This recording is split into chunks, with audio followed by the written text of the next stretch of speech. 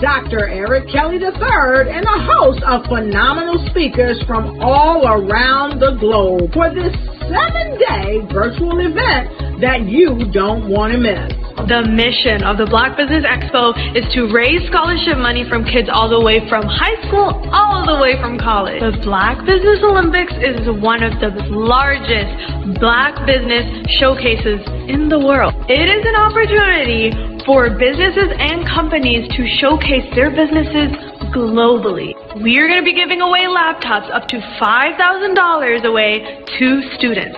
Again, I'm Olivia Appleberry, the founder of 2 Cents Finance and one of the speakers for the expo. I am so excited to see you there. For more info, go to www.blackbusinessexpousa.com or call 919-308-9090 and hope to see you there. I am Black business. From the moment I wake until the time I sleep. Yes, I am Black business. I am Black business. Tell me, are you Black business? I am Black business. Do you support Black businesses? Listen, I support Black business because I am Black business. Black Business Expo, one of the largest business showcases in the history of Black business in the world. The world!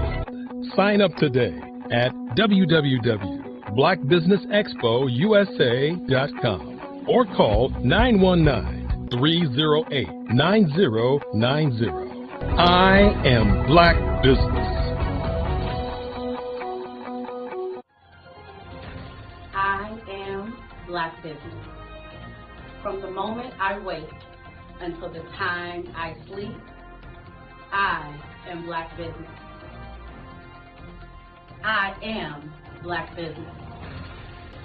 Are you Black business? I am Black business. Do you support Black businesses?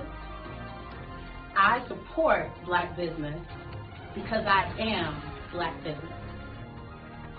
Black Business Expo, one of the largest business showcases in the history of Black America in North Carolina. Sign up today at www.blackbusinessexpousa.com or call 919-380-9090. I am Black business. I am Black business. From the moment I wake until the time I sleep, I am Black business. I am Black business. Are you Black business? I am Black business. Do you support Black businesses? I support Black business because I am Black business. Black Business Expo, one of the largest business showcases in the history of Black America in North Carolina. Sign up today at www.blackbusinessexpousa.com or call 919-380-9090. I am Black business. I am Black business. From the moment I wake until the time I sleep, I am Black business. I am Black business. Are you Black business? I am Black business. Do you support Black businesses? I support Black business because I am Black business. Black Business Expo, one of the largest business showcases in the history of Black America in North Carolina. Sign up today at www.blackbusinessexpousa.com or call 919-380-9090. I am Black business. Dr. Eric Kelly III and a host of phenomenal speakers from all around the globe for this 7-day virtual event that you don't want to miss. The mission of the Black Business Expo is to raise scholarship money from kids all the way from high school, all the way from college. The Black Business Olympics is one of the largest Black business showcases in the world. It is an opportunity for businesses and companies to showcase their businesses globally. We are going to be giving away laptops up to $5,000 away to students. Again, I'm Olivia Appleberry, the founder of 2 Cents Finance and one of the speakers for the expo. I am so excited to see you there. For more info, go to www.blackbusinessexpousa.com or call 919-308-9090 and hope to see you there.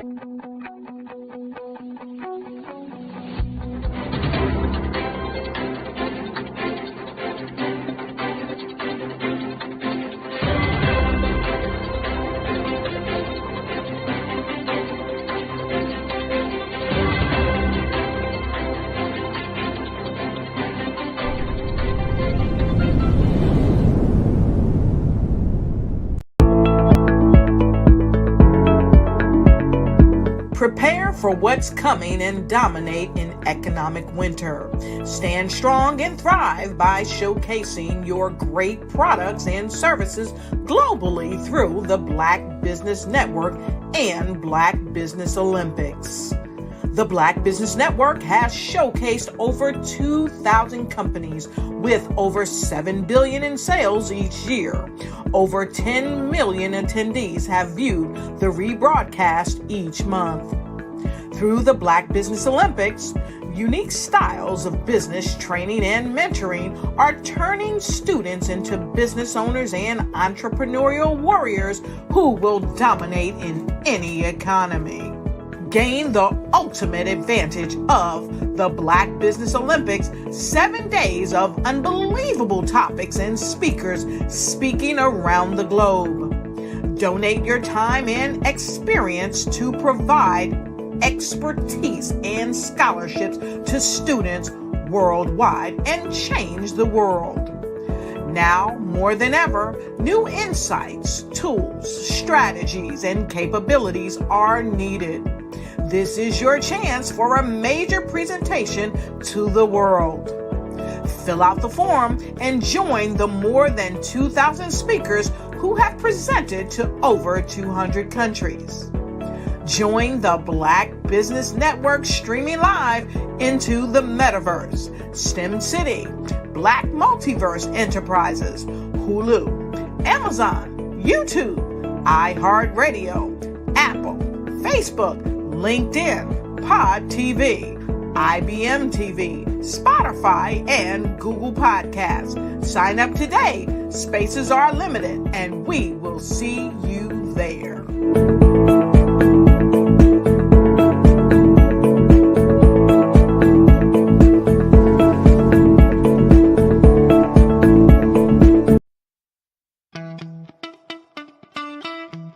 How many times have you been asked to help someone you didn't even know, a student, a business entrepreneur? Or did you ever even ask, where did they end up? That business, that friend, that entrepreneur. Well, just maybe they ended up in a gang, bankrupt, homeless, or worse, dead. Maybe they turned to crime, drugs, and alcohol. Did you ever wonder? Did you destroy their dream, or was your life always so easy? At the Black Business Olympics, we started a movement to help students complete. Give them hope and foster success. Help them to leave their dreams of providing laptops, computers, and up to $5,000 in scholarship funds. Today, we ask you to help a student, a business owner, or an entrepreneur to realize their dreams by sponsoring them, supporting them, and buying from them. Consider this. With $1.6 trillion in our Black community, we only ask for a small donation. for our students, our businesses, and our entrepreneurs. And you can change a life today. So I ask you, what are you going to do? Sit on the sidelines and watch our students in high school be leaders, miss out on their dream from lack of resources? Or are you going to donate to the movement and change their future and yours as well? Give us a call today at 919-308-9090. Change their life by investing with action to the Black Business Olympic Fund. The Black Business Olympics, one of the largest business showcases of Black business in the history of the world.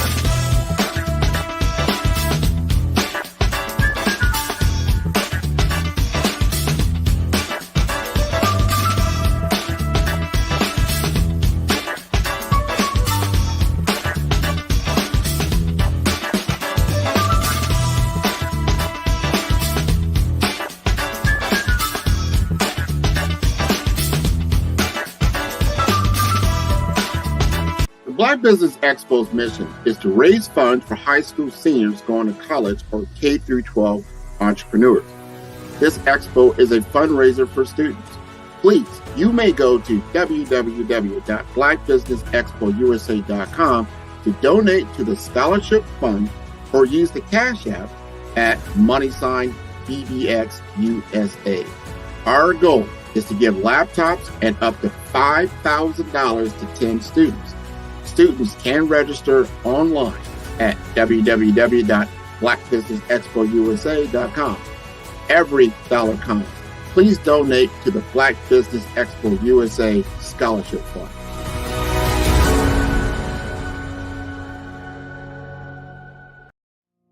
Did you know that approximately 333.34 million businesses exist today, according to a report from 2021? And you may be one of those businesses, or maybe you're not in the business market yet, but you're aspiring to be a business owner. Well, guess what? You're in the right place at the right time. Because let's face it, everything is about timing and opportunity. Hi, my name is Dr. Lotus Richey, and I'm the CEO and founder of the Lotus Richey Coaching and Consulting LLC, along with the Lotus Richey Ignite Show. 15 minutes of success with Dr. Lotus Richey, as well as books to boom your business and bring who you are. And today, I want to bring this amazing message to you about the Black Business Network and the Black Business Olympics. See, the Black Business Network and the Black Business Olympics is designed to help people just like you, that's right, that look like me, to take their business to the next level. Not just in your front yard or your backyard, but globally. The Black Business Network and Black Business Olympics is designed not to just help you survive, but to help you thrive. So join us today as we come together with businesses all around the world to support our students, our children, our young teens, our young entrepreneurs. What we do is we come together to help raise funds for students who are aspiring to be business entrepreneurs, who are aspiring and who are thriving in college. We endow them with a wonderful opportunity to gain scholarship of either a laptop or several thousands of dollars. And we invite you to help be a contributor to this amazing opportunity to help someone that looks just like you. So join us today at our website and let us connect with you and help you ignite and take flight in every area of your life on the Black Business Network and the Black Business Olympics. I'll see you on the other side.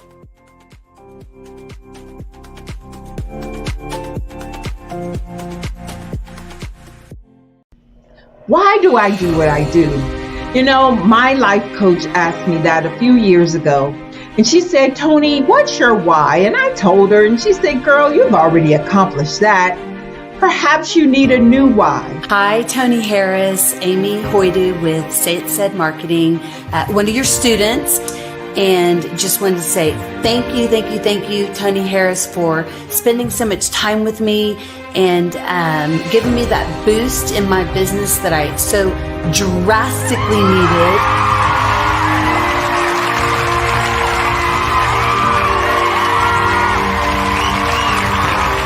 My why is to touch, move, and inspire my clients to take drastic steps to be better than they were before they met me.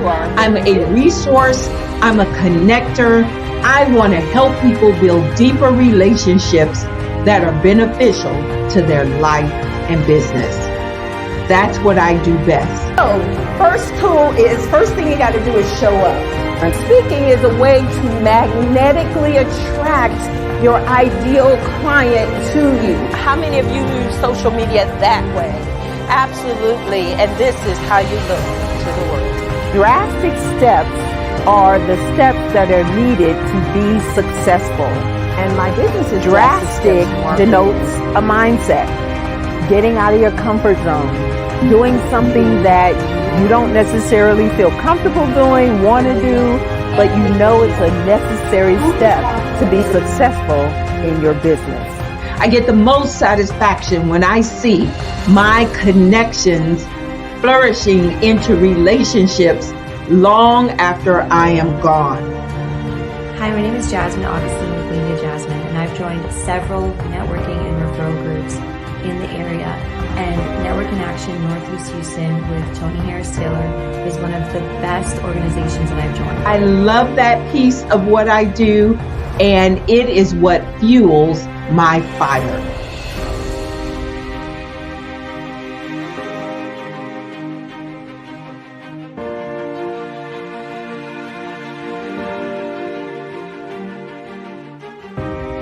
My name is Tony Harris Taylor, saying take a drastic step today for a fantastic tomorrow.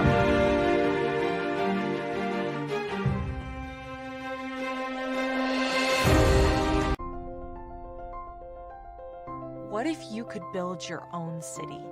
A place where every child can find nurturing people to help them achieve their full potential. A place where every adult can access job training support, where health education is abundant, where social justice ruled the land. A place without limitations. Welcome. You have arrived at STEM City, USA. It is what every city should be. A safe and trusted community where you find people and resources to help you become everything you are and beyond. STEM City is unlike anything you have ever experienced. It is a digital twin of the world around you, only better. STEM City is about energy and soul renewal. It is more than a digital world. You can almost feel the power of live cultural events, music, and theater. STEM City promises a better future for children with caring mentors and hands-on activities with dedicated tutors to support our youth. STEM City is your passport to a healthy lifestyle with weekly events addressing our community's many issues. STEM City is your financial well-being with helpful information on wealth management, career advancement, job training, and so much more. STEM City is the community you deserve. It is the city where your dreams can come true. STEM City USA, a place in the sky that is accessible to all who reach for the stars.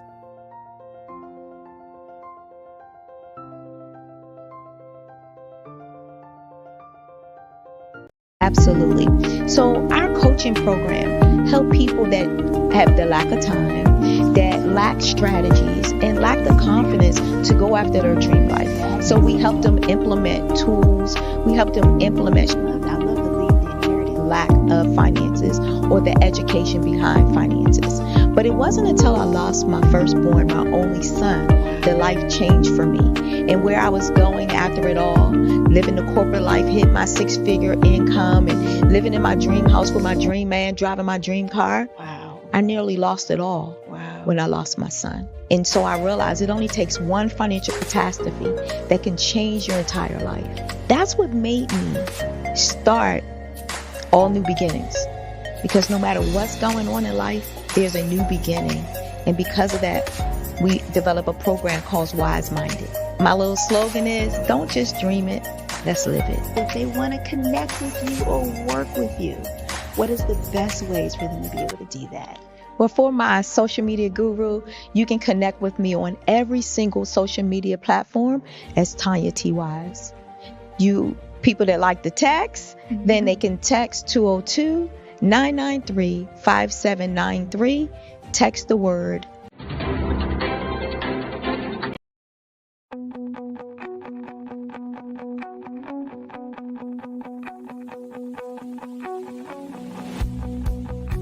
I am Black business. From the moment I wake until the time I sleep. Yes, I am Black business.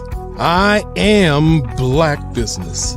Tell me, are you Black business? I am Black business. Do you support Black businesses? Listen, I support Black business because I am Black business. Black Business Expo, one of the largest business showcases in the history of Black business in the world. The world. Sign up today at www.blackbusinessexpousa.com or call 919-308-9090. I am Black business.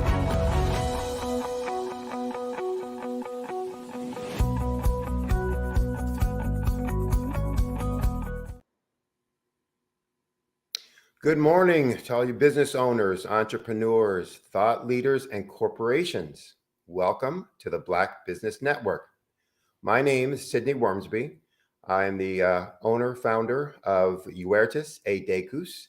That's Latin for honor and distinction. We are a business growth and improvement firm that provides strategic solutions to grow businesses, results, revenues, and profits.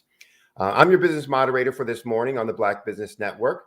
The Black Business Network is a 24-hour business network showcasing Black businesses, business owners, entrepreneurs, and thought leaders worldwide. We have another day of jam-packed speakers to bring you some insightful information. We have speakers from North Carolina, London, Singapore, Africa, Japan, and cities all over the United States. The Black Business Network is a global community sharing its business knowledge to empower, inspire, and educate businesses about business. Our first speaker this morning, Kay Tracy Bell, better known as Coach Trey, is the founder of Stocks versus Sneakers, a referral and digital marketing company that helps 16 to 35-year-olds own their life by using financial literacy and cryptocurrency. He is a retired firefighter, a retired youth basketball and football coach who brings his experience as a leader and a mentor to his business. He's passionate and committed, and I know you're going to enjoy what he has to say. So let me introduce to you Coach Trey Bell. Peace and blessings, brother. How you doing today? Good, good. Same to you. And thank you for being a part of the show this morning. And I know that you've got some exciting things to talk to folks about. I think you're going to be talking about the benefit of relationships, you know, and the value of relationships in both business, life, etc. So I'm going to get out of your way, let you do your thing. And again, appreciate you being here and contributing to the show. As we say, genius is common. I'll see you on the other side. Yes, sir. Yes, sir. Peace and blessings, everybody. It's a pleasure to again be a speaker on the Black Business Network during this Olympic week. What I'm talking to you today is about how can I help you, help me, help you, help me promote peace. Let me repeat that. How can I help you, help me, help you promote peace? What is peace? peace is proper education and cooperative economics. Now, you can also say peace as a piece of bread, a piece of chicken, and or you can have pieces. So we're going to first talk about peace versus pieces. Our community has been broken down into pieces ever since this is Memorial Day weekend. So we're going to be going into the past, talking about history. And the hardest thing in the world to do is to put dust back together. And dust is pieces of matter, particles. So as I look out and see the reaction to what is going on in the state of Florida with the new law that was signed by the governor and the reactions of the people, our people, I look at it as not a situation where we should be angry. We should look at it as a situation where we can come together, bring the pieces together, and be free. 160 years ago was the Emancipation Proclamation. The Emancipation Proclamation freed our ancestors from the physical chains of slavery. But they were skillful in their techniques because it didn't free us from the mental chains that are on our minds. So even though we can go to different colleges, PWI or HBCU, the foundation of the education still comes back to getting a job. And a job is just the Industrial Revolution's word for slavery again. And that's another subject. So with proper education, and we look at the history in a proper manner, the number one thing that they wanted from us was our labor. During slavery, they talked about the way you can get that extra piece of chicken and that biscuit with the honey was to sing, dance, fight, or be a Sambo, which they call an Uncle Tom today. Somebody that's going to keep us passive in order for us to continue to do our job. Well, over the years, when I study the sports, we have the number one common denominator is that it's young people that are leading the next generation. Let's look at the Berlin 18 in the Berlin Olympics. It was 18 Black youth or teenagers that went and destroyed the concept that the Black man was weak with their expertise in track and field. Then when we move forward, it was a young man in 1955 that led the bus boycott named Martin Luther King. And then in 1960, it was the young men at the restaurant that had that sit-in. Then in 1965, it was a young man that led Selma. And then in 1967, it was a young man that supported Muhammad Ali, who was young himself. So when I look at that time, and then I just looked at several of the new movies that came out, the one about Magic Johnson, who changed the generation because he was 6'9", playing point guard, and he got that contract. Jerry Buss had that vision. Where there's no vision, the people will perish. Then if you look at the movie Air, I thought it was about Michael Jordan, but it was actually about his mother, because his mother had that vision, and Sonny had that vision to see that this 18-year-old boy had the confidence to take that last shot in that championship game.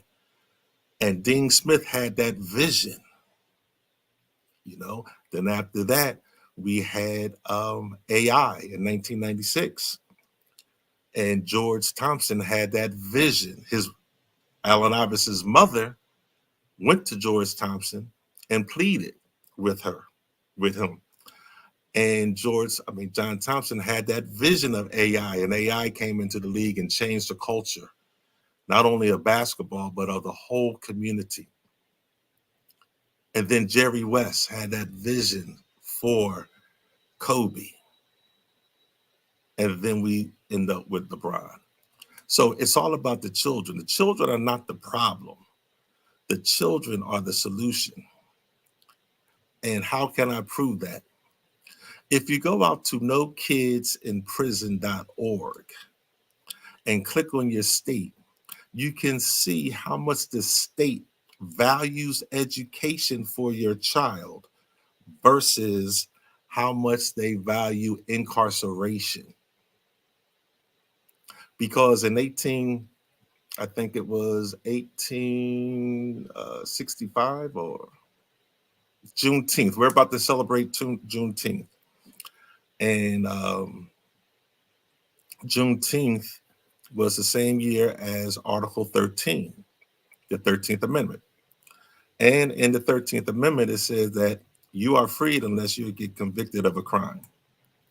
So when you go out to nokidsinprison.org, you will see why the war on crime, the war on drugs is still a rally call, because they really don't care, because they're putting things in place to attract the children to do these things. As much as we talk, as much as we march. So when you go out there in Pennsylvania, it's $16,000 per child for public education, $211,000 per child to be incarcerated. So those numbers, I love numbers, and we're going to deal with that today, because we have to have peace. And peace is proper education and cooperative economics. And we have a movement or a mission called Operation Mind Your Own Business. Operation Mind Your Own Business. Now, many of you know about ChatGPT. You put your vision into the ChatGPT and it brings it out, right? And this is where everything is going. If you remember the movie that Will Smith was in, I, Robot, the robots were taking over. And if you look up a book called End, E-N-D of Work, it talks about this time right now where AI is taking over, where you can back your car up without no hands. AI. So we got to prepare our children for this future. The old ones, sometimes we're stuck in our ways. It's the children that we have to put everything into. So what I did was I asked ChatGPT to give me a powerful, concise, impactful, step-by-step marketing plan for Operation Mind Your Own Business.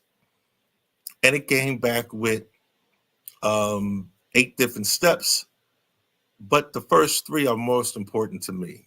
It says to define the message, identify the target audience, and leverage student athletes. That's my mission. So define the message. It states that the first step to define a message of the campaign, the message should be clear, concise, and powerful. It should emphasize the benefits of joining E1 Life community and participating in Operation Mind Your Own Business. The highlight should be economic development, digital entrepreneurship, proper education, and cooperative economics piece that the initiative promotes. Now it's stated to me that to identify the target market, we have to look at student athletes, former athletes, high school students, single parents, youth empowerment nonprofits, youth football and basketball teams, barbershops, hair salon owners, fraternities, sororities, veterans, citizens, small businesses, churches, and faith-based organization. That's the community. So as I kept reading this, I said, wow, this is really going to help put the pieces back together. Because you do know that we move the culture. This is why the social media platforms love to have us participate on their platforms. But when you ask Google to tell you how many followers or how many views you need to make $1,000, look at the numbers. And then you divide that into 1,000 and you got pieces. You don't have a whole dollar, you have pieces. They have the whole dollar. And that goes back to how they treated us in the music industry, how they treat us in corporate America, how they treat us in our communities. They make it seem that we can't come together when they put it in the educational system to make us fight each other. And everybody else moves into our community and gives us the things that we can give ourselves. Because we don't have the proper education and we're not dealing with cooperative economics.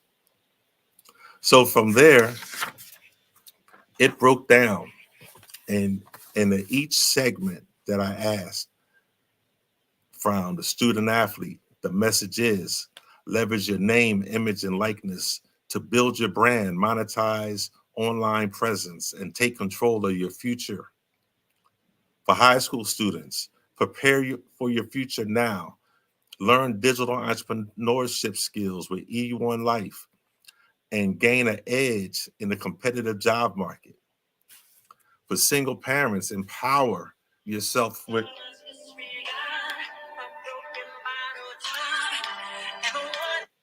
Sorry, Dr. Kelly.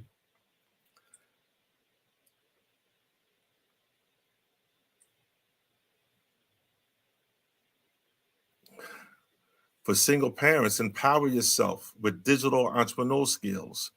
Create your online business and gain financial independence. For youth empowerment nonprofits, partner with us to provide your youth a valuable digital entrepreneur skill. Together, we can empower them and create a brighter future. For youth basketball teams, beyond the court or field, there's a world of opportunities. Equip your team with digital entrepreneurship skills and prepare them for life after sports. This is AI, artificial intelligence, giving me the plan. And the plan involves everybody, even barbershop owners, hair salon, fraternities, sororities, veterans, and senior citizens, businesses, and church. So I then asked ChatGPT to create an insightful, appealing, compelling, action-taking, step-by-step plan and reason why those individuals will want to participate with Operation Mind Your Own Business.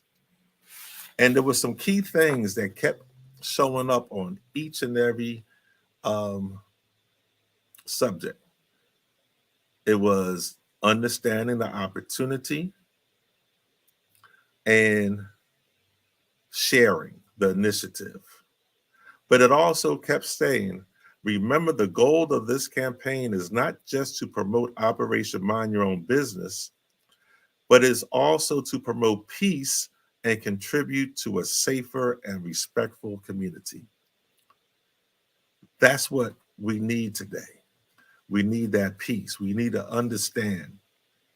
We need to understand that the benefits of Operation Mind Your Own Business is that you contribute to the economic development and the proper education of the people that you serve.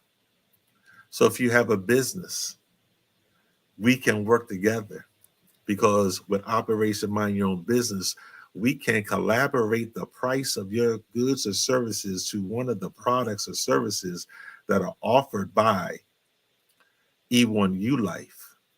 So now they're not only getting your product or services, but you're giving them the opportunity to mind their own business. And they will thank you for that. For churches and faith-based organizations, this is a community outreach. You're not only helping them with their spiritual mind, you're helping them with their business mind. You're helping them to not take the abuse that some employees are taking on their jobs. You're giving them the way to be free.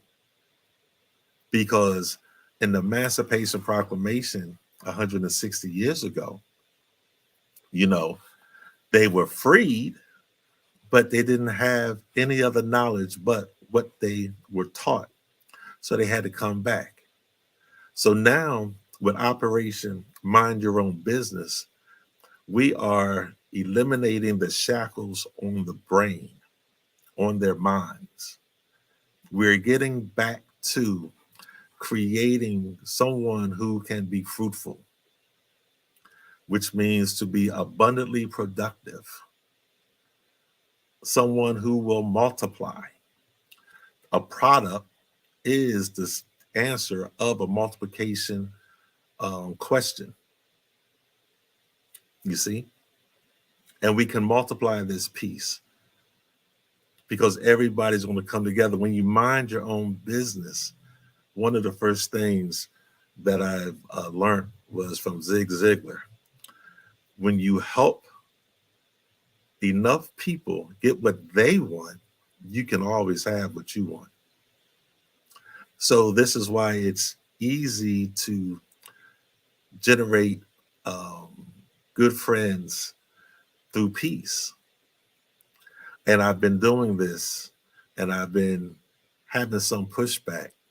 But it wasn't until I saw the movie Air and saw how he saw the genius in the children or in Michael Jordan.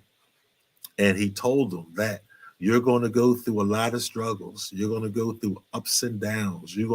But you're going to be a champion. You're going to be a winner. You're going to be known for generations because of his shoe.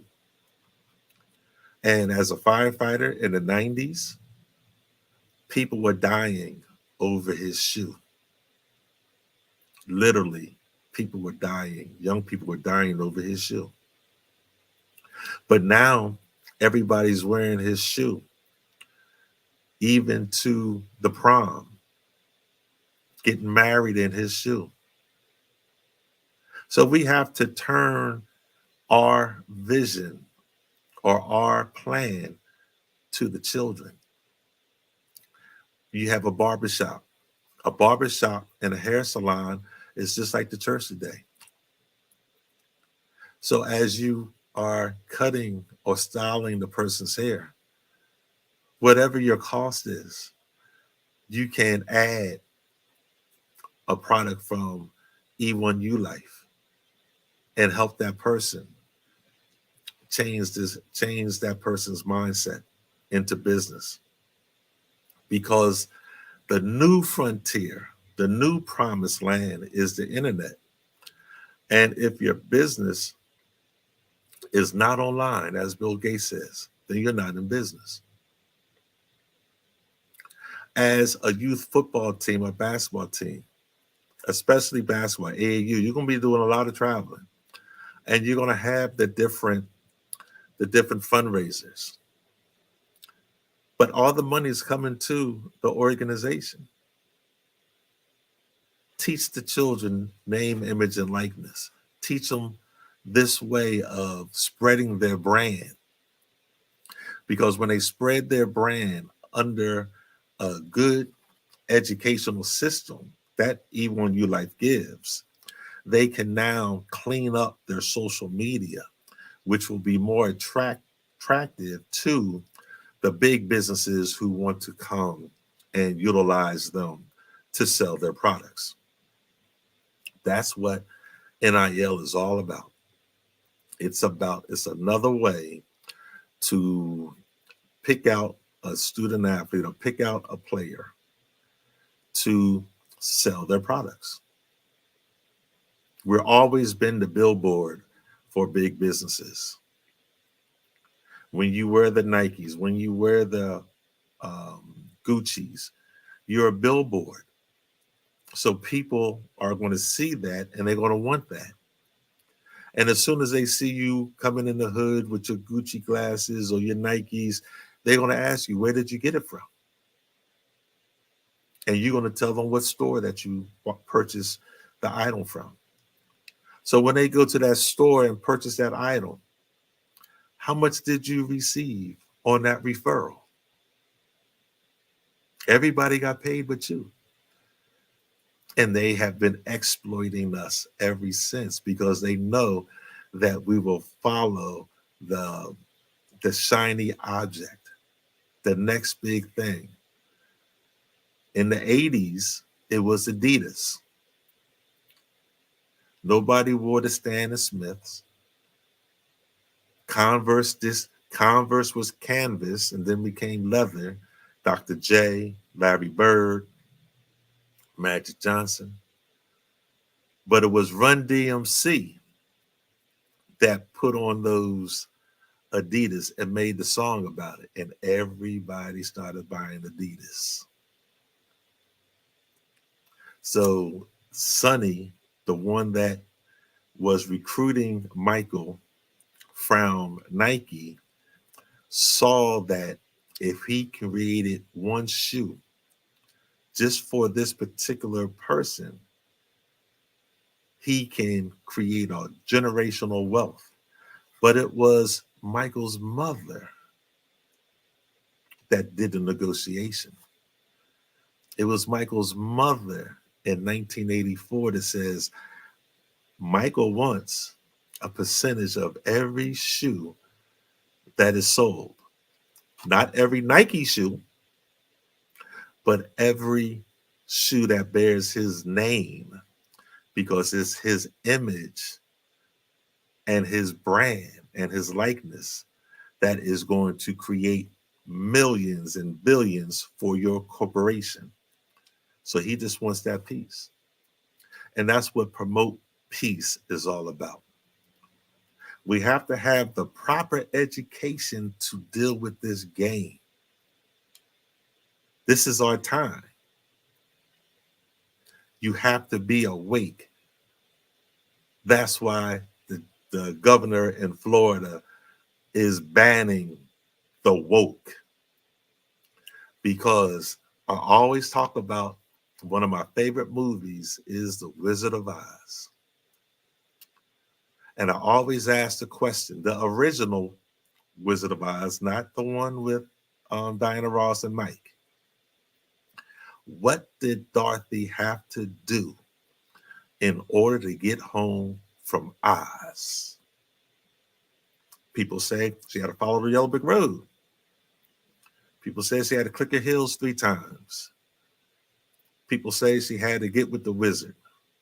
No, no, no. We always see the end game, but we never see the beginning. All she had to do was wake up. She got hit in the head and she fell into a state of unconsciousness. And the visions that she sang while she was on the fence, and the fence represents one property versus separates one property from another property. So she's sitting on the fence, or it's the valley of decision. And everything that she sang about in her vision came to life in her subconscious as she was unconscious due to that concussion that she had when she was hit in the head. So all we have to do is wake up. And that's what the governor of Florida has done, because he only won by 40,000 votes. So now, if businesses, like all the businesses on the Black Business Network, you can promote peace. You can help me help you. Help me help you spread your brand and still help everybody else build their brand. That's what we're supposed to be doing. We're supposed to be lifting as we climb, not pulling each other down like they do, like they say, crabs in the barrel. The woman behind me that you see, that's my grandmother. She was born in 1896. She was my God. She was my heaven. And then one day I asked her to help me with a math problem. I seen her handle money. I seen her handle people. She was the help. She was a domestic. Her grandfather was a slave. And she couldn't help me with math. And I didn't understand why until I started to learn history. But we can't stay in history. We have to have a vision. And that's what they had, a vision, when they created that 13th Amendment. They say, yeah, we can free them, but we could put them back into slavery and create the laws because they don't know nothing, you know? Another question. Which state was the last state to ratify the Emancipation Proclamation? And what year? 8 out of 10 people are going to say Texas. But it was Mississippi. Google it. And that didn't take place until 1995. So they have kept that system all that time under the veil of freedom. If you want to see how that played out, watch the movie Alice, because there were still some slaves in the 90s. But now we're woke. Now we can have peace. So I have the Promote Peace Challenge. And when you go out there, you'll see. It's all about Operation Mind Your Own Business. Mind your own business. We don't have to march, no justice, no peace, because we're saying the wrong thing. It should be no JUSTUS, no peace. And that's what we have to talk about in our small businesses, in our organizations, in our churches. Tell it to the youth. The youth are not the problem. The youth are the solution. We have to give them the opportunities for them to understand that genius is common. You need to ask the youth, what's your genius? Now you have the opportunity to help them build their brand and expose their genius. And you will still profit. Because the one thing that nobody tackles is the 3 biggest industries in the United States right now. Number 1 is prison. Number 2 is cannabis. Number 3 is network marketing. Now, network marketing has its ups and downs, its goods, its bad, but it all comes down to working that net and marketing that product. And they use the net to capture us. And then they marketed us on Wall Street. So they use the basketball net to capture us. Then they market us. See, you can counter, or we can counter the intelligence of this program. All we have to do is look at the numbers. Numbers don't lie, people do. If they really value us, why are they they value our children? Why are they only investing $16,000 in Pennsylvania, $16,000 into the education and $211,000 in incarceration?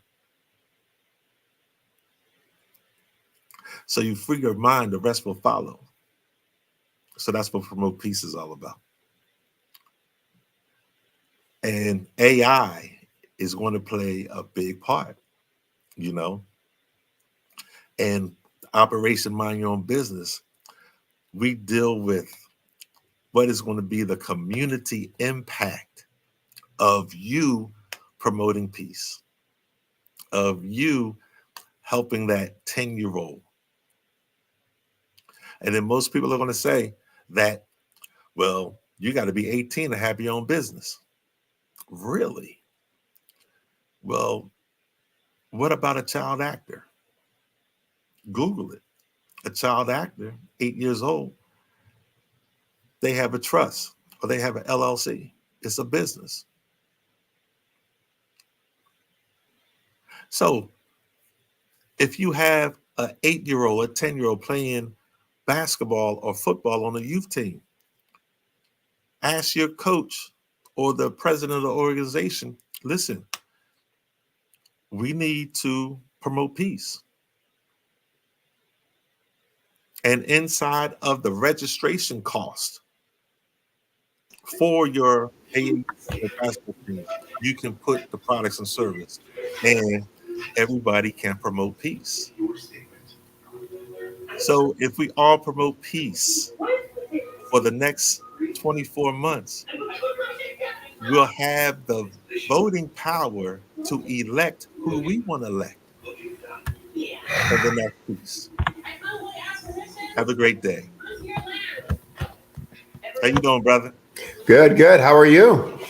I'm excited now. That was a wonderful talk. Very impressive information. I know we don't have much time, Yes, but I wanted to just say thank you very, very much for giving your time to talk with the folks out there. Yes, and I look forward to seeing you again. So Yes, as we say, genius is common. I'll see you on the other side. Yes, sir. Thank you. Peace.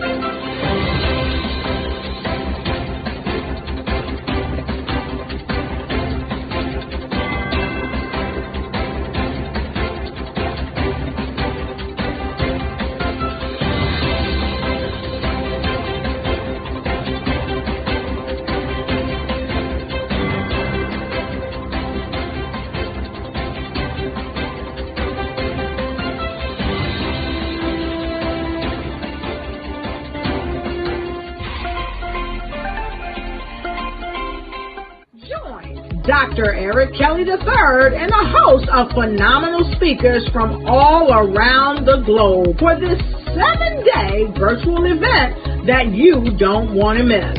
The mission of the Black Business Expo is to raise scholarship money from kids all the way from high school, all the way from college. The Black Business Olympics is one of the largest Black business showcases in the world. It is an opportunity for businesses and companies to showcase their businesses globally. We are going to be giving away laptops up to $5,000 away to students. Again, I'm Olivia Appleberry, the founder of 2 Cents Finance and one of the speakers for the expo. I am so excited to see you there. For more info, go to www.blackbusinessexpousa.com or call 919-308-9090 and hope to see you there. I am Black business. From the moment I wake until the time I sleep. Yes, I am Black business. I am Black business. Tell me, are you Black business? I am Black business. Do you support Black businesses? Listen, I support Black business because I am Black business. Black Business Expo, one of the largest business showcases in the history of Black business in the world. The world! Sign up today at www.blackbusinessexpousa.com or call 919-308-9090. I am Black business. I am Black business. From the moment I wake until the time I sleep, I am Black business. I am Black business. Are you Black business? I am Black business. Do you support Black businesses? I support Black business because I am Black business. Black Business Expo, one of the largest business showcases in the history of Black America in North Carolina. Sign up today at www.blackbusinessexpousa.com or call 919-380-9090. I am Black business. I am Black business. From the moment I wake until the time I sleep, I am Black business. I am Black business. Are you Black business? I am Black business. Do you support Black businesses? I support Black business because I am Black business. Black Business Expo, one of the largest business showcases in the history of Black America in North Carolina. Sign up today at www.blackbusinessexpousa.com or call 919-380-9090. I am Black business. I am Black business. From the moment I wake until the time I sleep, I am Black business. I am Black business. Are you Black business? I am Black business.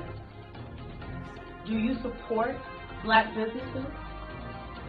I support Black business because I am Black business.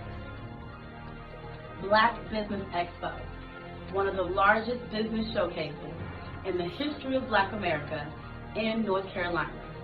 Sign up today at www.blackbusinessexpousa.com or call 919-380-9090. I am Black business.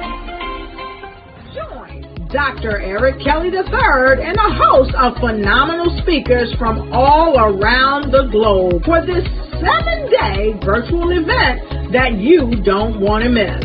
The mission of the Black Business Expo is to raise scholarship money from kids all the way from high school all the way from college. The Black Business Olympics is one of the largest Black business showcases in the world. It is an opportunity for businesses and companies to showcase their businesses globally. We are going to be giving away laptops up to $5,000 away to students. Again, I'm Olivia Appleberry, the founder of 2 Cents Finance and one of the speakers for the expo. I am so excited to see you there. For more info, go to www.blackbusinessexpousa.com or call 919-308-9090 and hope to see you there.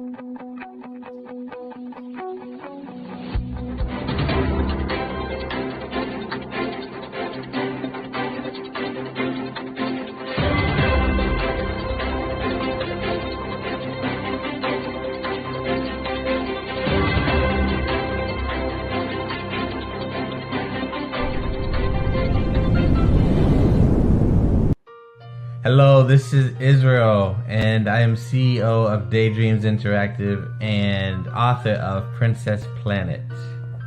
So, genius is common, and as a kid, I loved to daydream. Even as an adult, I love to daydream. And when my daughter became 6 and loved princess characters, but we just could not find the diversity that showed her, we created our own characters. So, for instance, you have Princess Nulu right here. Princess Nulu is from Uganda, and her genius is that she loves to take care of animals. She can actually even listen and hear what they say. And then we have Princess Isabella right here. Princess Isabella, she's from Cuba, and her genius is biochemistry. One day she hopes to eliminate disease. Then we have Princess Nia right here, and Princess Nia is based off of my daughter, and she is what she wants to be, the greatest dancer alive. So that's her genius. So what's your genius? My genius is my imagination. Genius is common. What if you could build your own city?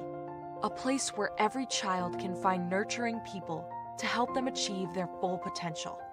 A place where every adult can access job training support, where health education is abundant, where social justice ruled the land. A place without limitations. Welcome. You have arrived at STEM City, USA.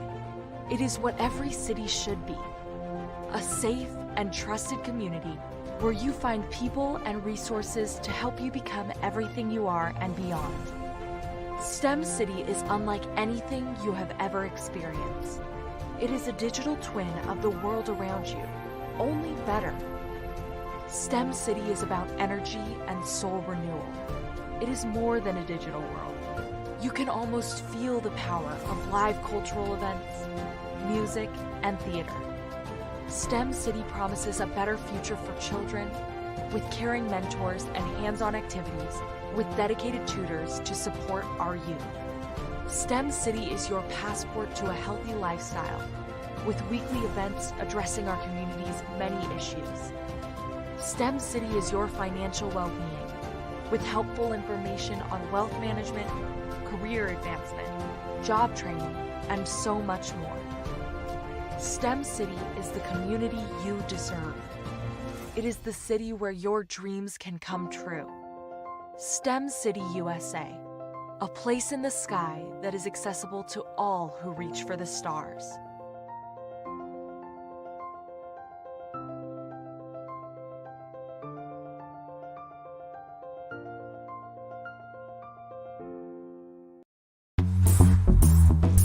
Attention all entrepreneurs and companies. Are you looking for reliable and efficient virtual assistants and back office support to help you manage your business tasks? Look no further than Superwoman Business Services.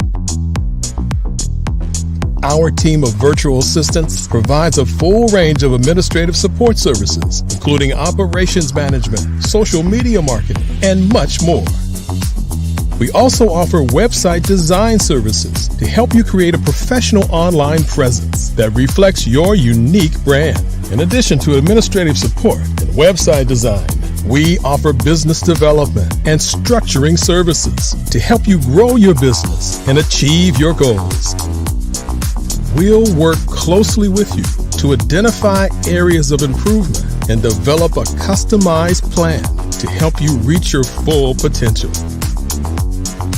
At Superwoman Business Services, we understand that running a business can be overwhelming and time-consuming.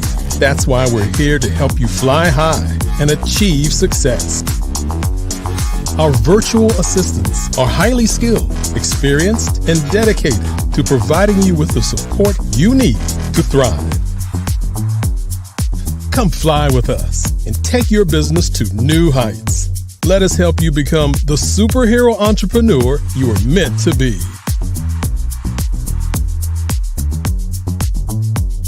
Contact Superwoman Business Services today to learn more about our back office support services. Come fly with us and take your business to new heights.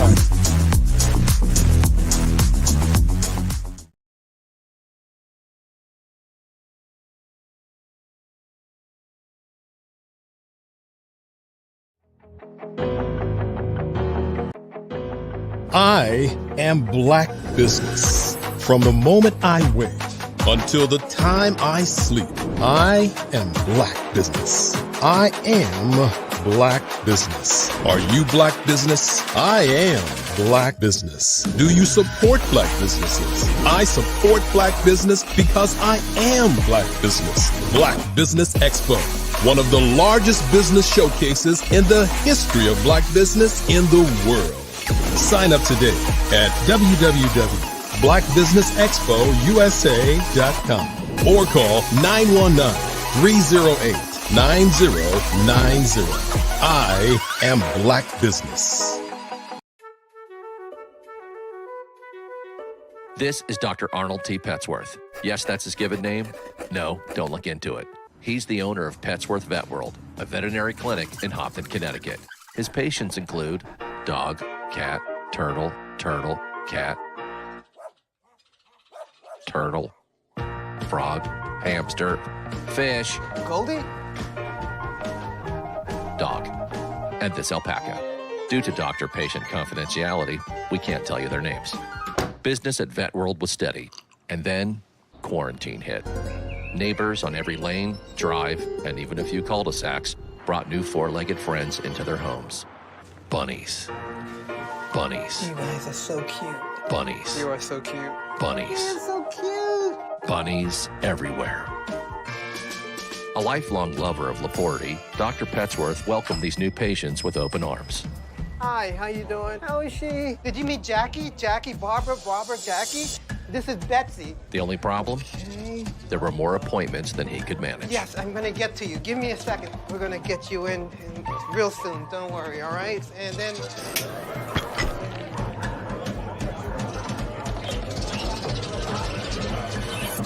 That's when Dr. Petsworth turned to his American Express business card, which offers flexible spending limits that adapt with his business. He decided to hire a new assistant, Julio, who's actually more of a bird guy. But that's just between us. And with the power to make big purchases in his hands, he used his card to furnish a new exam room with extra tail space. Together, Dr. Petsworth, Julio, and American Express Business made sure all the pets of Hopton got the love and care they deserved. All right, Julio. Man, that was great, man. And everyone was happy. Especially these guys. Get the card built for business by American Express.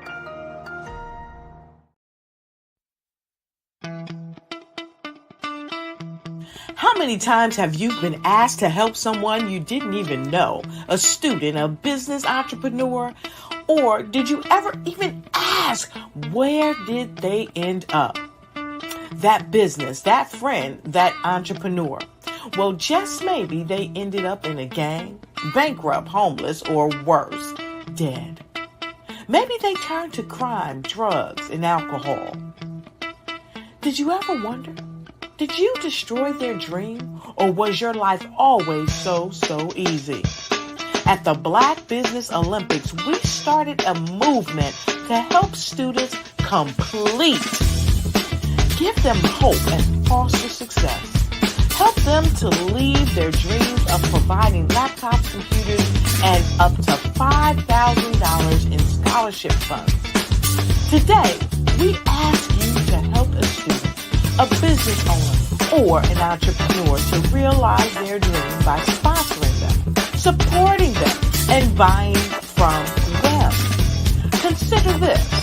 With $1.6 trillion in our Black community, we only ask for a small donation for our students, our businesses, and our entrepreneurs. And you can change a life today. So I ask you, what are you going to do? Sit on the sidelines and watch our students in high school be losers, miss out on their dream from lack of resources? Or are you going to donate to the movement and change their future and yours as well? Give us a call today at 919-308-9090. Change their life by investing with action to the Black Business Olympic Fund. The Black Business Olympics, one of the largest business showcases of Black business in the history of the world.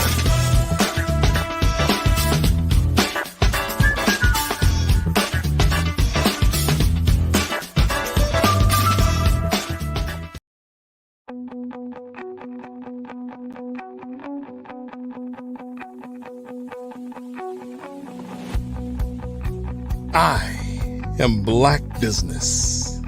From the moment I wake until the time I sleep. Yes, I am Black business. I am Black business. Tell me, are you Black business? I am Black business. Do you support Black businesses? Listen, I support Black business because I am Black business. Black Business Expo, one of the largest business showcases in the history of Black business in the world. The world! Sign up today at www.blackbusinessexpousa.com or call 919-308-9090. I am Black business.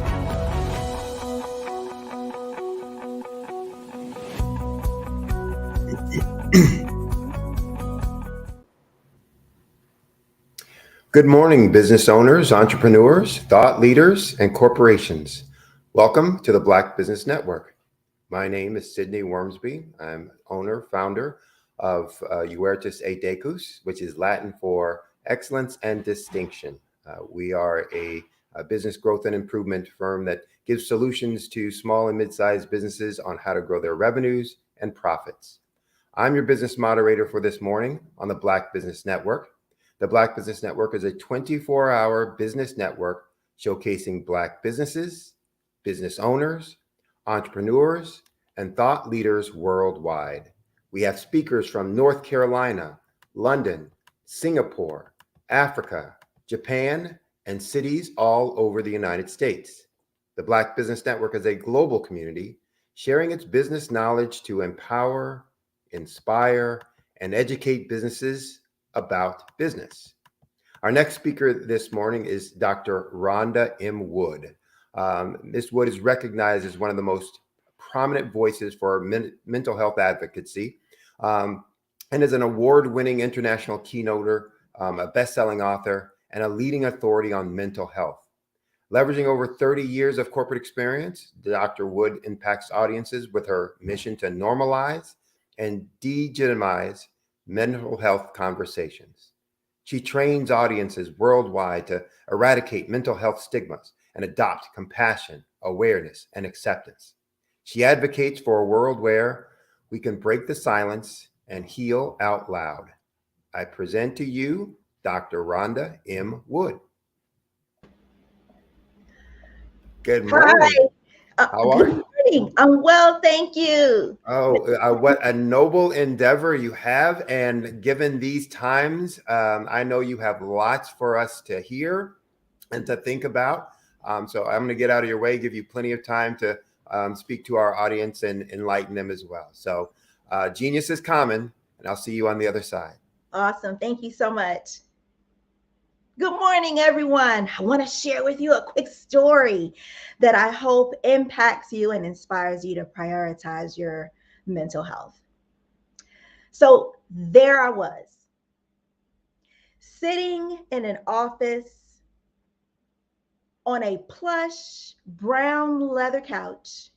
I'm in a room about 15 feet by 15 feet. And I'm sitting across from a doctor. And he leaned in and he said, "You're this close. You're this close. This close, Dr. Wood." Now, he was not talking about me being this close to knowing the answer to a trivia game. And he certainly wasn't talking about being this close to knowing the winning lottery numbers, although that would have been nice. What he was sharing with me was that I was this close to having a breakdown. Now, let me give you a little bit of reference. I am sitting in his office in a suit, high heel shoes, an amazing necklace, my favorite red lipstick, MAC Ruby Woo. My hair was done up in a nice bun. In other words, I probably did not look like the typical person who is at risk of having a breakdown. Now, I didn't really know what that was or why he had even considered that something that was going to happen to me.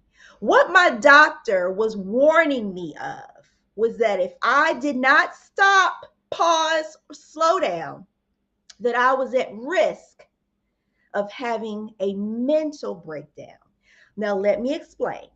Because again, I know that most of the time people would probably look at me and say, well, she looks like she has it all together. She looks like everything is going well, in control, and in charge. The issue is that I had been going for so long and pushing and suppressing everything around me, continuously climbing that corporate ladder, while also trying to juggle my home life as well as run a business, that it was starting to affect my mental health. So today I want to talk about prioritizing our mental health. But before I do, let me explain a common myth, a common issue, particularly in the Black community. Now, there are many faces of mental health symptoms, mental illness, mental health conditions, however you want to define it. And it can be deceptive. And many people learn how to wear this rehearsed look of, I'm fine, I'm okay, all is well. Think about it. About 99% of the time when someone asks us how we're doing, we probably respond with, I'm fine. Oh, I'm good. Oh, everything's going well. Everything's great. But in fact, there may be instances where your face and your body may be telling two different stories, which is what I refer to as the many faces of mental health. So let me dive a little bit deeper. Now, mental health symptoms can look different from person to person. So as I mentioned, I'm probably not your typical person that you would think has mental health symptoms or a mental health condition. Now, understand that many people may not look or behave like they're dealing with a mental health challenge. such as depression, anxiety, or PTSD, or things of that nature. Now, understand that we may expect people who have mental health symptoms to wear their symptoms or to show it externally. So, for example, if someone is battling depression, for example, we may expect them to experience downheartedness. We may expect them to be isolated. We may expect them not to be able to function. Maybe they have trouble getting out of bed. Maybe they have trouble with motivation, low motivation, difficulty, stepping into the day. We expect maybe someone who may have anxiety to show external signs of maybe nervousness. But understand that the different phases of mental health, they very may well appear before you as your family, your friends, your coworkers, your neighbors, with their head held high, a big smile on their face, and appear that everything is okay. When in fact, they may be masking emotional pain beneath the surface. Now, let me dive a little bit deeper, if I may, and let's just talk a little bit about what is mental health. Why is it important that we prioritize it? And then what we can do as our part. Now, the World Health Organization defines mental health as being able to cope with the normal stressors of life so that we can function productively and effectively. Now, mental health includes our emotional, psychological, and social well-being. Now, let me back up and repeat that. Understand that mental health is about being able to cope with normal stressors of life. So understand that in life, yes, we're going to have stressors. Things are going to happen. We're going to have bad days. We're going to have difficulties. Things are going to happen. Our response to those things, how we cope with them. Now, we're also talking about normal stressors. There are going to be some stressors that may be outside of the norm. So understanding how to respond to those things. So let's go again a little bit deeper. Let me give you some statistics. Now, if the pandemic has taught us anything, is that our mental health is important, it's fragile, and we have to make sure we protect it at all costs. Now, 1 in 5 people experience a common mental health condition such as depression and anxiety. It could be short-term, it could be long-term, but understand we must recognize it and make sure that we identify what it is and how we can best manage it. Now, this is particularly important in the Black community. Our statistics are a little bit higher. Our statistics are a little more alarming, particularly for women, of course, our men, and we definitely have to protect our young people. Now, when you take those factors and all the things that we do throughout life, for example, we may have a full-time job, or we may be full-time business owners, entrepreneurs. Maybe we're CEOs of companies. Maybe we're corporate executives, career professionals, all of those things. They add stressors to our lives. Maybe we're parents. Maybe we're guardians. Maybe we're head of the PTA, school principals. So in other words, mental health does not discriminate. Whether you're a male or female, whether you're a youth, teen, young adult, or senior citizen. Anyone from the classroom to the boardroom. Mental health does not care how many degrees you have, the square footage of your house, the car you drive, the numbers in your bank account, how many letters you have behind your name. Mental health can happen to anyone at any time and for any reason. Now, we like to think of ourselves as strong, resilient, and tenacious creatures. And all of that might be true. But understand that even in your strength, even as you're trying to achieve your goals and dreams in life, make sure that you are also protecting your mental health and well-being. I'd also like to, just for a moment, talk about how in the midst of us juggling families, in the midst of us juggling our career or businesses, and in the midst of us juggling our community responsibilities, whether that's taking the kids to football or cheerleading practice, whether that's showing up for the PTA meeting, whether that's doing the bake sale to raise funds for your favorite charity. Again, making sure that we protect our mental health at all costs. Now, if I may, just for a minute, understand that many times there can be times where life might be a little bit chaotic. It might even get dysfunctional. I know for me in my corporate environment, there were times when I walked in the office and I felt like everything hit the fan. Most days, it was chaotic and dysfunctional. It was a high stress, high energy, high demand environment. And in many cases, I felt like things were always falling apart around me. So in that case, I felt like I had to be mentally strong in order to be able to take on that workload. Now, in that environment, everyone didn't look like me. I would walk into rooms and sometimes I was the only female. And it wasn't uncommon for me to be the only person of color. So even when that workload increased, I felt like I had to pull it together. I felt like I had to lean in, put my big girl panties on, and make sure that no matter what, I always appeared in control, in charge, and that everything was okay.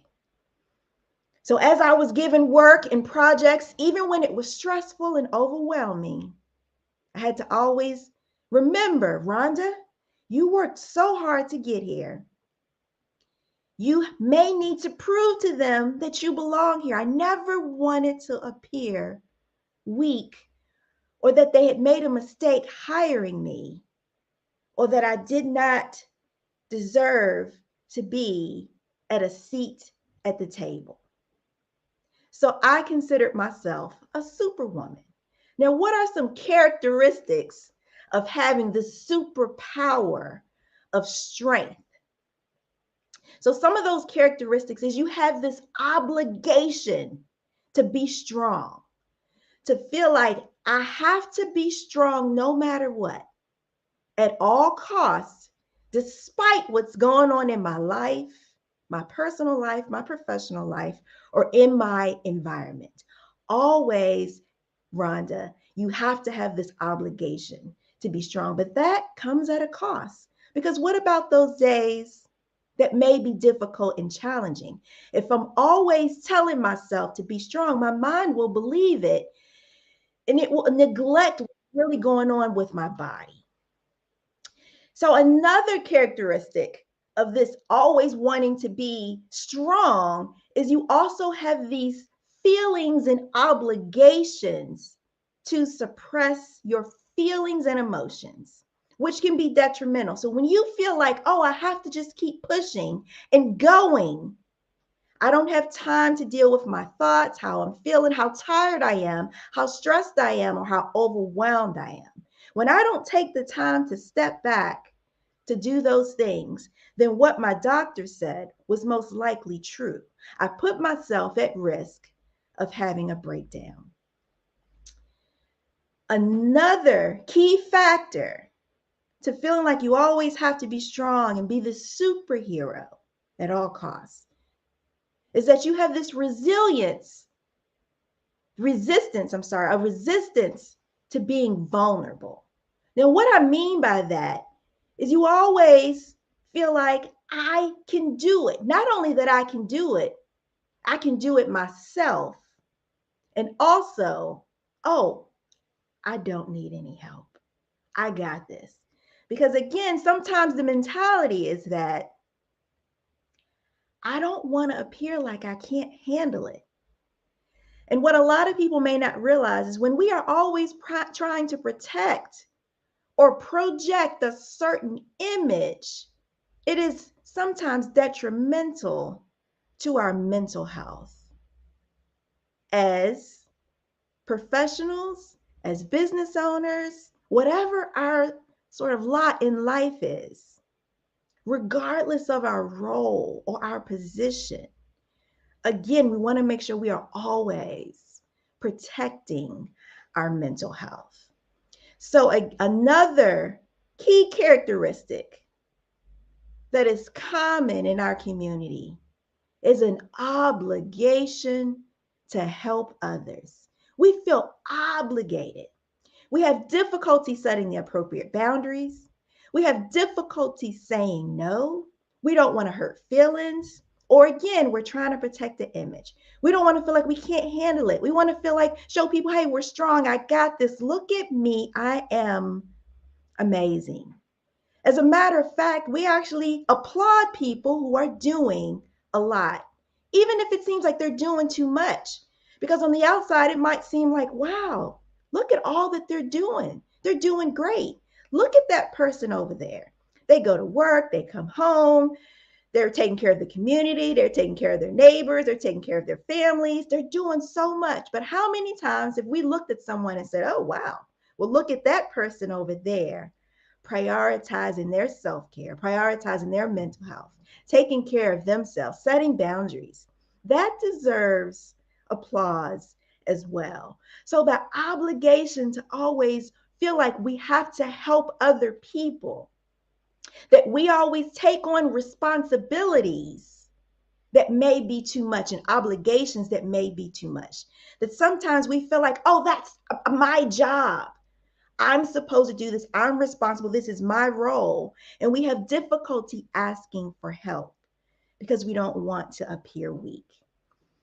And the last characteristic that I want to share about having this sort of superhero mentality is this determination to succeed. This is a big one because the world, society has taught us to succeed no matter what.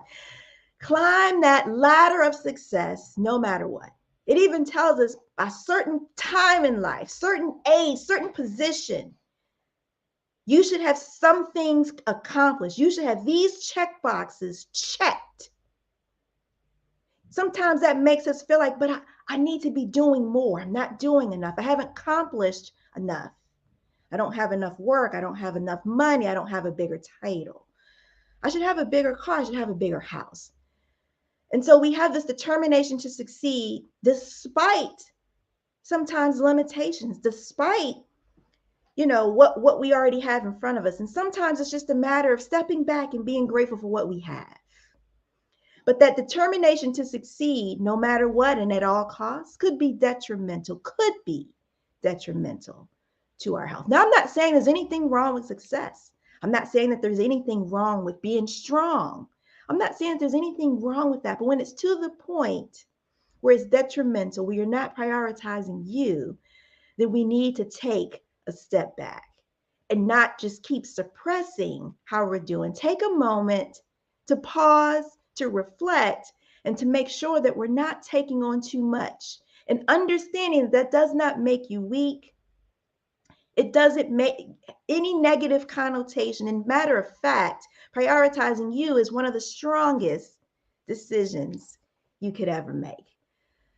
So for me, in my therapist's office that day, I learned that the cost of those things, the cost of this obligation to be strong, the cost of the feelings and of obligation to suppress my emotions and feeling like I have to keep pushing and that I don't have time to deal with how I'm really doing and how I'm genuinely and authentically processing things.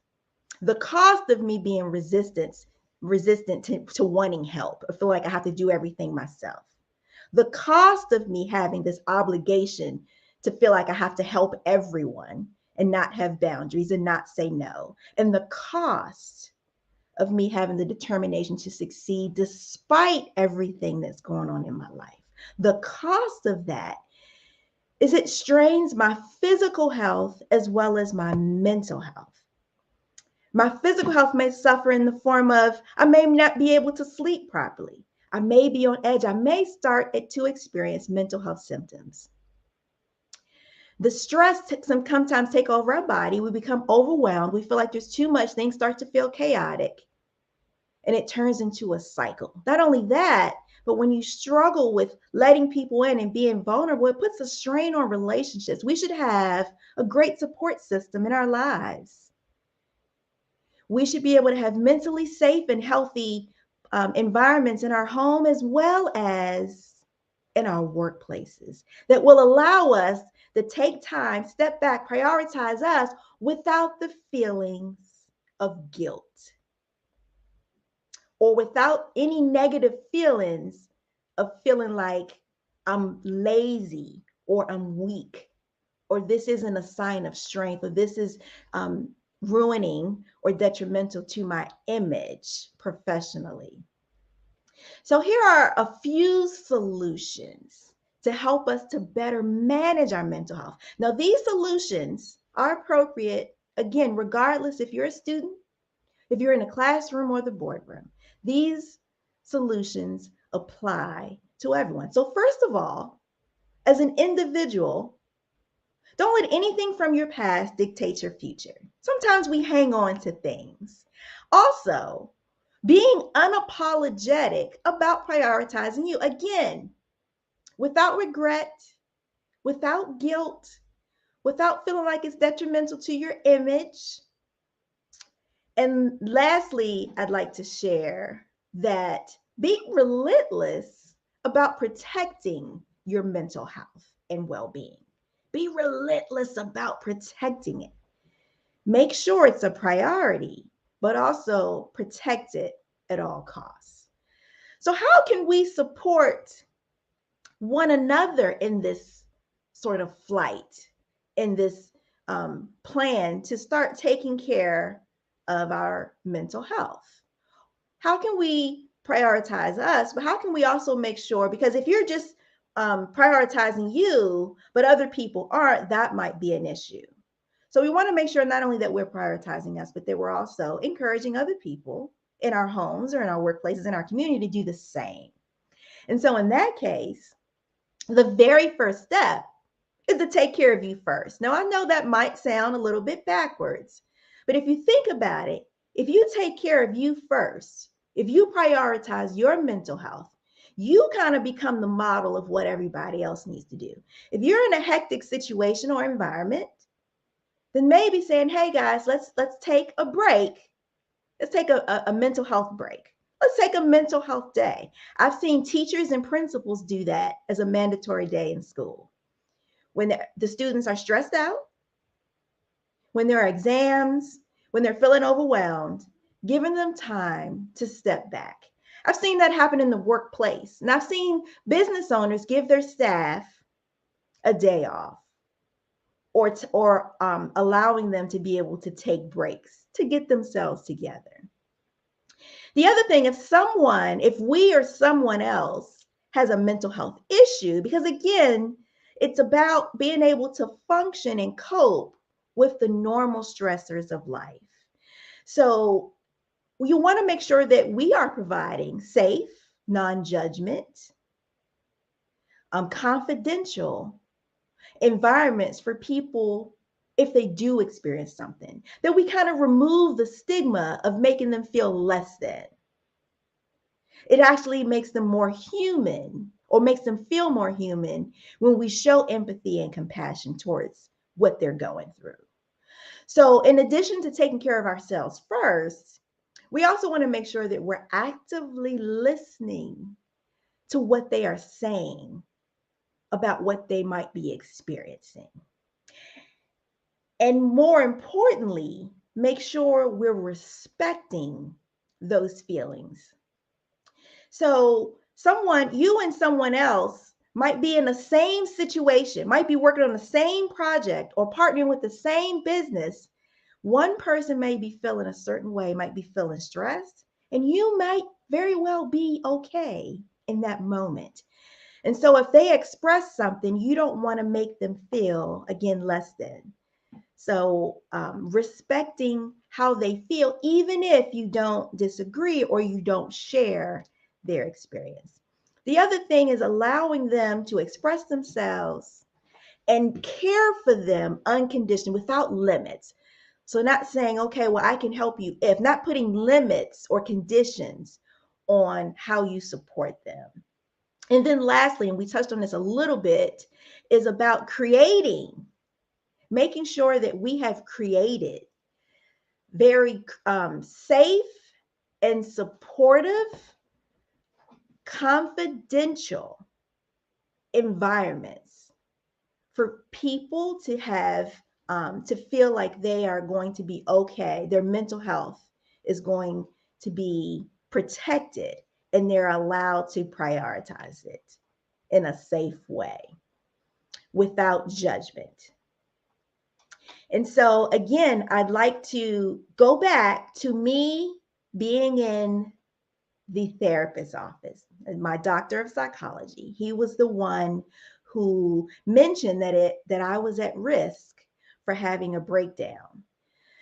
And so I want to share that I heeded his advice. I took him very seriously. Just as if I had went to the doctor and the doctor had said, hey, you might be at risk, or you're this close to being at risk for having a heart attack, or you're this close to being at risk for having a stroke, or any other sort of medical emergency. I took it seriously, and understanding that our mental health is just as important as our physical health and should be prioritized with the same amount of zeal and urgency if there's anything that jeopardizes that. So understand that our minds, our psyche, our mental health is important, protecting that. We can have issues with our body. We can have issues with so many different things, but we have to protect the mind at all costs. It's powerful. In many cases, our superpower. It gives us our creativity, helps us to influence, it helps us to be able to do great things. And so we need to protect it at all costs. So I prioritized my mental health. I continue to come to talk therapy. I continue to get the help and support that I so desperately needed at that time. I had to educate myself on mental health and what it was. Educate myself on the symptoms, different types of symptoms, particularly what I was experiencing. I had to learn what my stressors were, what my triggers were, and then learn how to address them. So what I did differently, I had to relearn how I dealt with things. So rather than suppressing them, pushing them aside, almost like that beach ball effect, you push it down, but it comes back up at probably an inconvenient time.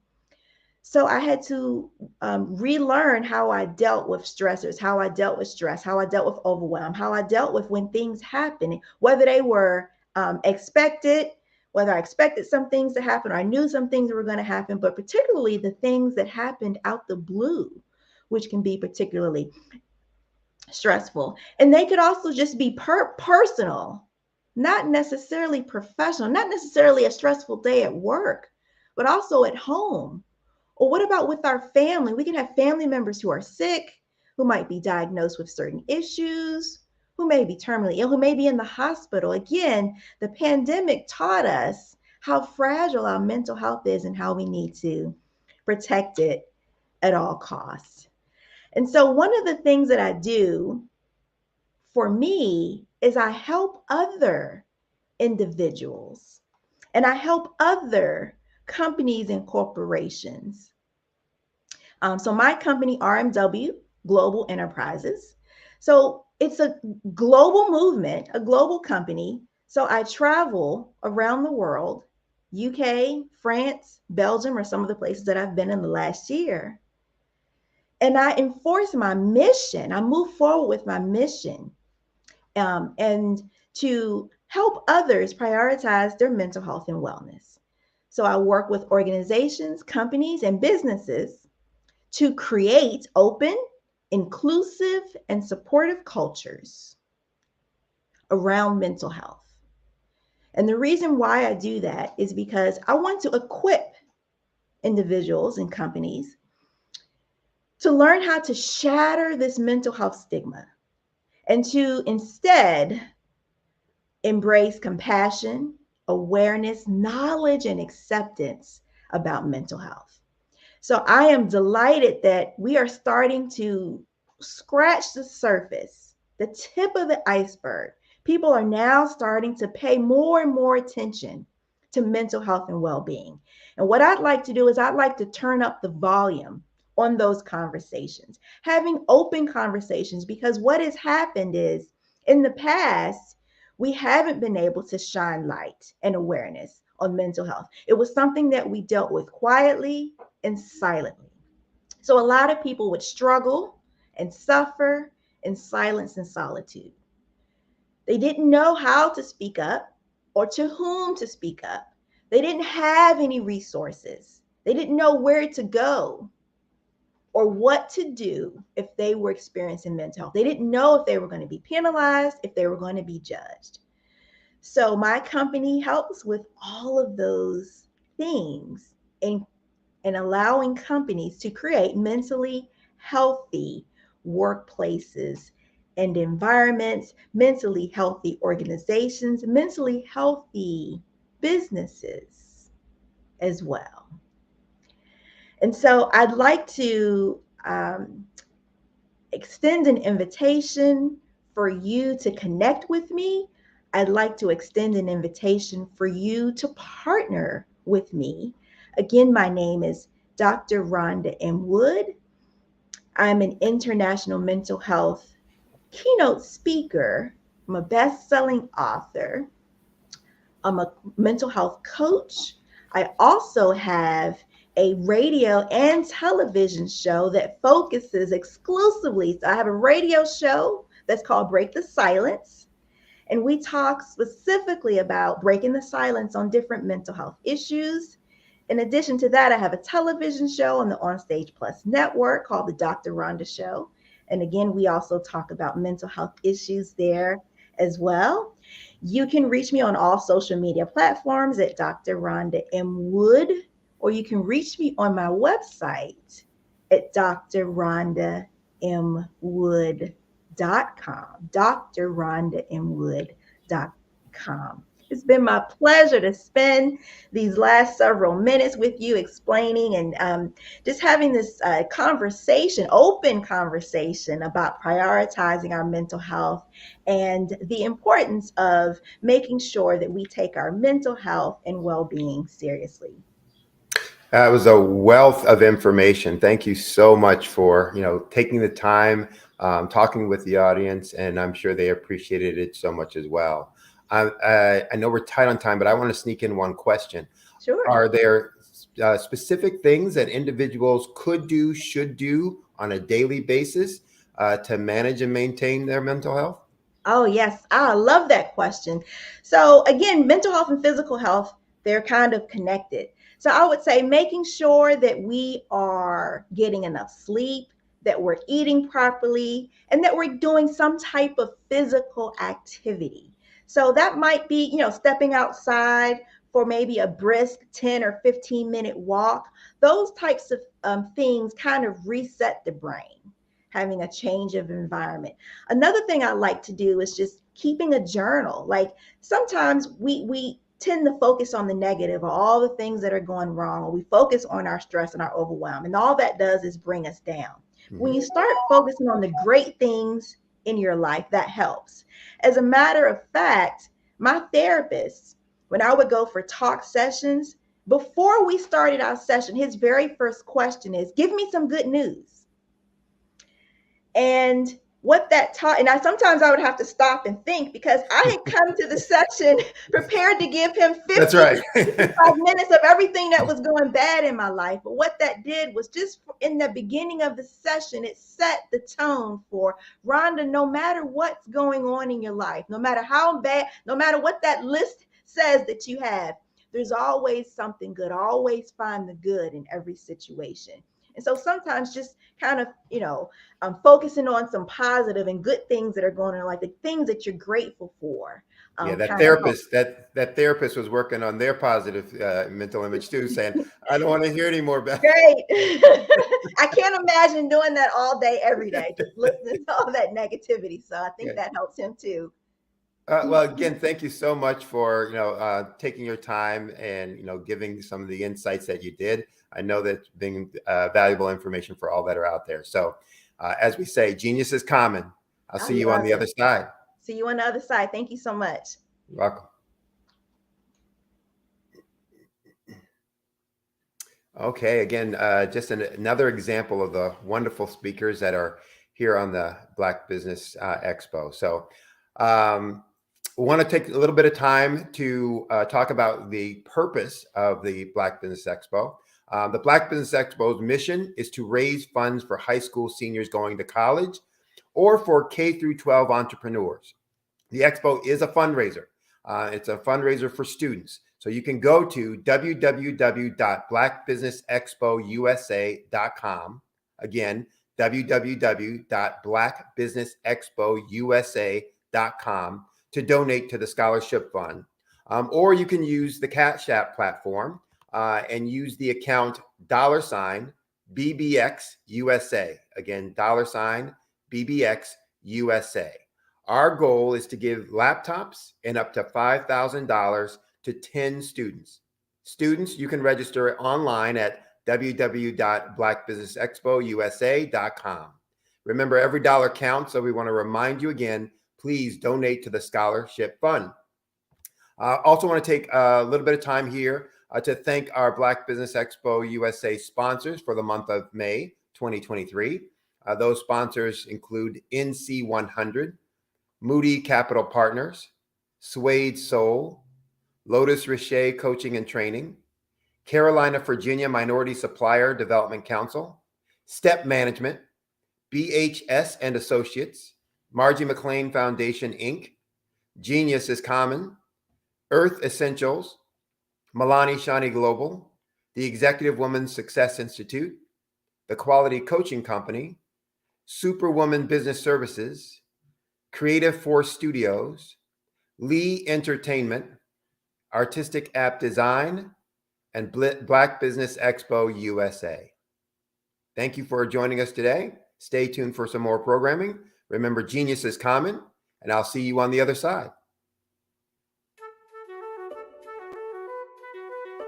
This is Dr. Arnold T. Petsworth. Yes, that's his given name. No, don't look into it. He's the owner of Petsworth Vet World, a veterinary clinic in Hopton, Connecticut. His patients include dog, cat, turtle, cat, turtle, frog, hamster, fish, Goldie, dog, and this alpaca. Due to doctor-patient confidentiality, we can't tell you their names. Business at Vet World was steady, and then quarantine hit. Neighbors on every lane, drive, and even a few cul-de-sacs brought new four-legged friends into their homes. Bunnies. Bunnies. you guys are so cute. Bunnies. You are so cute. Bunnies. You're so cute. Bunnies everywhere. A lifelong lover of Laporte, Dr. Petsworth welcomed these new patients with open arms. Hi, how you doing? How is she? Did you meet Jackie? Jackie, Barbara, Jackie? This is Betsy. The only problem? Okay. There were more appointments than he could manage. Yes, I'm gonna get to you. Give me a second. We're gonna get you in real soon. Don't worry, all right? And then...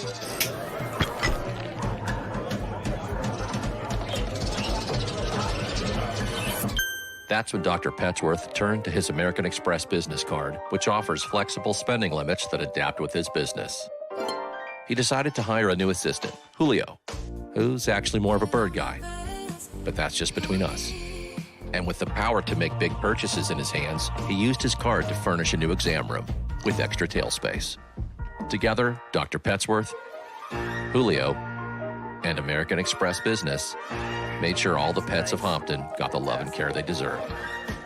All right, Julio, man, that was great, man. And everyone was happy, especially these guys. Get the card built for business by American Express. like you to imagine with me, if you will, opening an app where you can collaborate with like-minded individuals from around the world, get inspiration and in-app tools to launch and grow your business, as well as share your knowledge and earn compensation, all in one app. Well, the name of that app is Truso, short for Truly Social.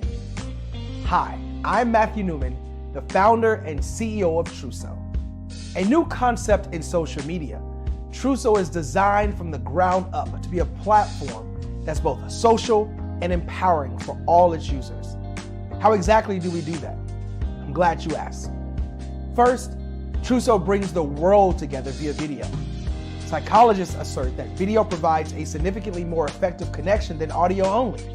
When you enter a community on Truso, you're face to face. Second, on Truso, you don't have to have 1 million followers to monetize. Our business model allows all hosts and moderators to monetize, no matter the size of your following, by 1, producing fee-based content, and 2, inviting others to join the platform as subscribers. Even more, Truso has an in-app resource library with over 100 free resources, forms, and documents to help you build your brand and grow your business. Third, Truso is inclusive. The deaf and hard of hearing communities make up 360 million people worldwide. Unlike audio-only apps, Truso embraces this community, providing a networking platform that allows them to participate via video and closed captioning. We even have a deaf and hard of hearing foundation in the works as well. Fourth, Truso is both social and safe. We refer to Truso as a virtual extension of the beauty shop, barbershop, and brainchild of the community. A place where there's laughter, along with wisdom, growth-oriented conversation, and genuine connections in a safe space. Truso even has proprietary security to ensure we maintain a safe environment for everyone. Where are we at now? Truso is live, y'all. We've launched in beta, and we're acquiring users daily. We have an incredible development and marketing team, plus amazing celebrity influencers at the table, helping us spread the word around the globe, beginning within the African diaspora and beyond by creating a safe space for growth, connection, and collaboration. We're truly excited about Truso. We've created something special for which there is a global market. And we invite you to embark on this journey with us as a shareholder. The future for Truso is truly bright. Join us and let's go there together.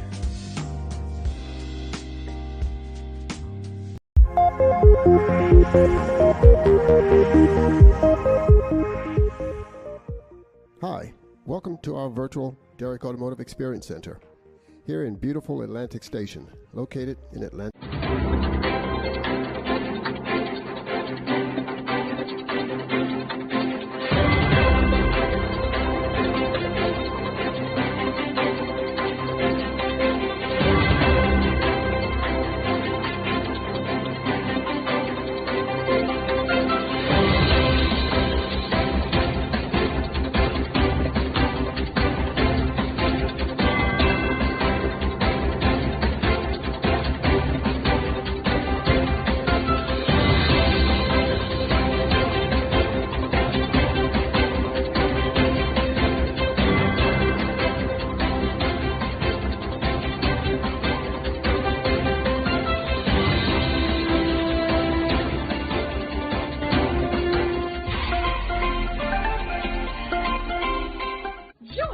Dr. Eric Kelly III and a host of phenomenal speakers from all around the globe for this 7-day virtual event that you don't want to miss.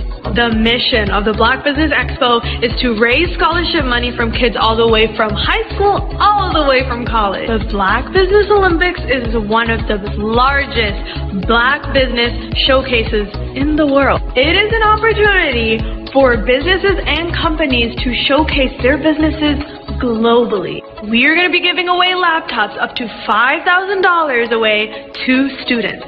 Again, I'm Olivia Appleberry, the founder of 2 Cents Finance and one of the speakers for the expo. I am so excited to see you there. For more info, go to www.blackbusinessexpousa.com. or call 919-308-9090 and hope to see you there. I am Black business. From the moment I wake until the time I sleep. Yes, I am Black business. I am Black business. Tell me, are you Black business? I am Black business. Do you support Black businesses? Listen, I support Black business because I am Black business. Black Business Expo, one of the largest business showcases in the history of Black business in the world. The world! Sign up today at www.blackbusinessexpousa.com or call 919-308-9090. I am Black business. I am Black business. From the moment I wake until the time I sleep, I am Black business. I am Black business. Are you Black business? I am Black business. Do you support Black businesses? I support Black business because I am Black business. Black Business Expo, one of the largest business showcases in the history of Black America in North Carolina. Sign up today at www.blackbusinessexpousa.com or call 919-380-9090. I am Black business. I am Black business. From the moment I wake until the time I sleep, I am Black business. I am Black business. Are you Black business? I am Black business. Do you support Black businesses? I support Black business because I am Black business. Black Business Expo, one of the largest business showcases in the history of Black America in North Carolina. Sign up today at www.blackbusinessexpousa.com or call 919-380-9090. I am Black business. I am Black business. From the moment I wake until the time I sleep, I am Black business. I am Black business. Are you Black business? I am Black business. Do you support Black businesses? I support Black business because I am Black business. Black Business Expo, one of the largest business showcases in the history of Black America in North Carolina. Sign up today at www.blackbusinessexpousa.com or call 919-380-9090. I am Black business. Join Dr. Eric Kelly III and a host of phenomenal speakers from all around the globe for this 7-day virtual event that you don't want to miss. The mission of the Black Business Expo is to raise scholarship money from kids all the way from high school, all the way from college. The Black Business Olympics is one of the largest Black business showcases in the world. It is an opportunity for businesses and companies to showcase their businesses globally. We are going to be giving away laptops up to $5,000 away to students. Again, I'm Olivia Appleberry, the founder of 2 Cents Finance and one of the speakers for the expo. I am so excited to see you there. For more info, go to www.blackbusinessexpo.com. or call 919-308-9090 and hope to see you there.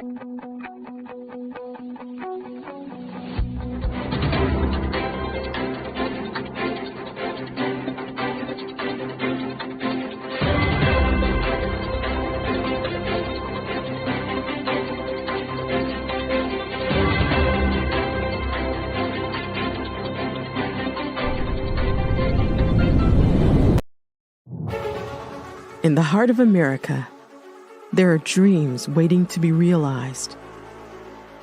Dreams of owning a home, creating a haven for families, and building a future. Yet, there are 13 million mortgage-ready home buyers and nearly 20 million renter households who have the credit and income to qualify for a mortgage but remain left out of the home buying process. These potential home buyers are in urban and rural America, where dreams should flourish.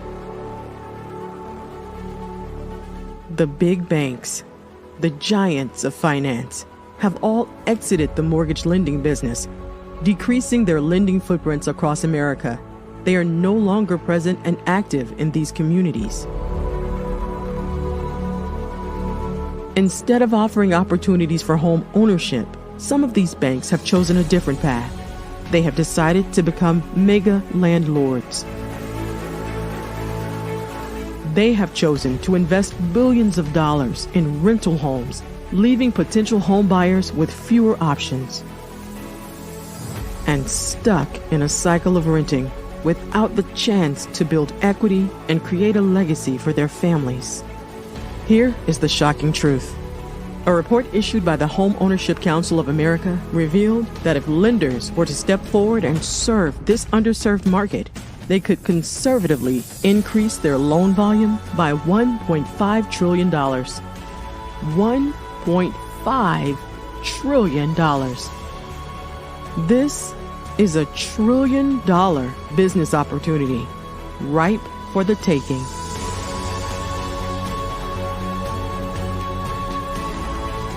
That's why I Have a Dream Home is here. We support the American dream of home ownership in urban and rural America. We believe in the power of social consciousness and the impact it can have on people's lives. Investing in urban and rural America is not just good business sense. It's a moral imperative. Our mission is clear. Become the go-to mortgage lender in these communities. Create a pathway to home ownership for all Americans, breaking the cycle of poverty by empowering families to build wealth, stabilizing our communities, and taking pride in our country. I Have a Dream Home. Unlocking dreams, transforming communities, and rewriting the story of American home ownership. For more information, scan the QR code or visit our website at www.ihaveadreamhome.gold. I'm Ramon Ray, founder of Smart Hustle Magazine and smallbiztechnology.com.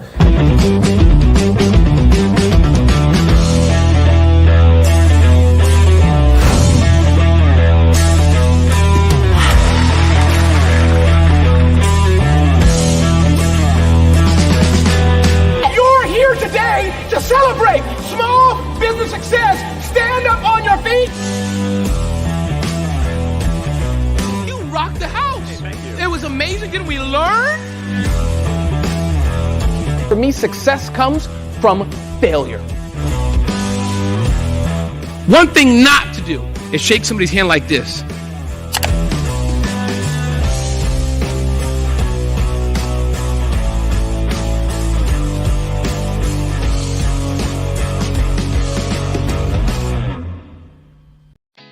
Did you know women represent just 3% of Fortune 500 CEOs and less than 15% of corporate executives at top companies worldwide? Have you wondered what the secrets are to getting into the top ranks, whether in the private or public sector? Do you want to figure out how to stop being held back in your career or passed over for promotion? Then you're in the right place. Hi, I'm Dr. Madeline Ann Lewis, President and CEO of the Executive Women's Success Institute. I have decades of experience in the military, the federal government, and corporate America, and my mission is to help women succeed and tap into their full potential. I want to reach 1 million plus women around the world to become the leaders they are meant to be.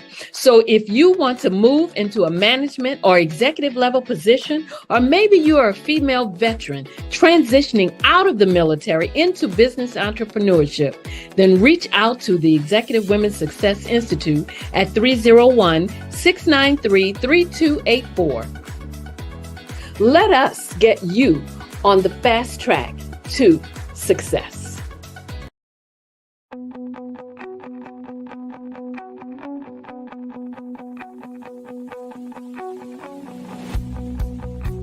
I am Black business. From the moment I wake until the time I sleep.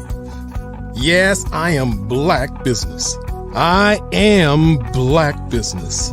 Tell me, are you Black business? I am Black business. Do you support Black businesses? Listen, I support Black business because I am Black business. Black Business Expo, one of the largest business showcases in the history of Black business in the world. The world. Sign up today at www.blackbusinessexpousa.com or call 919-308-9090. I am Black business.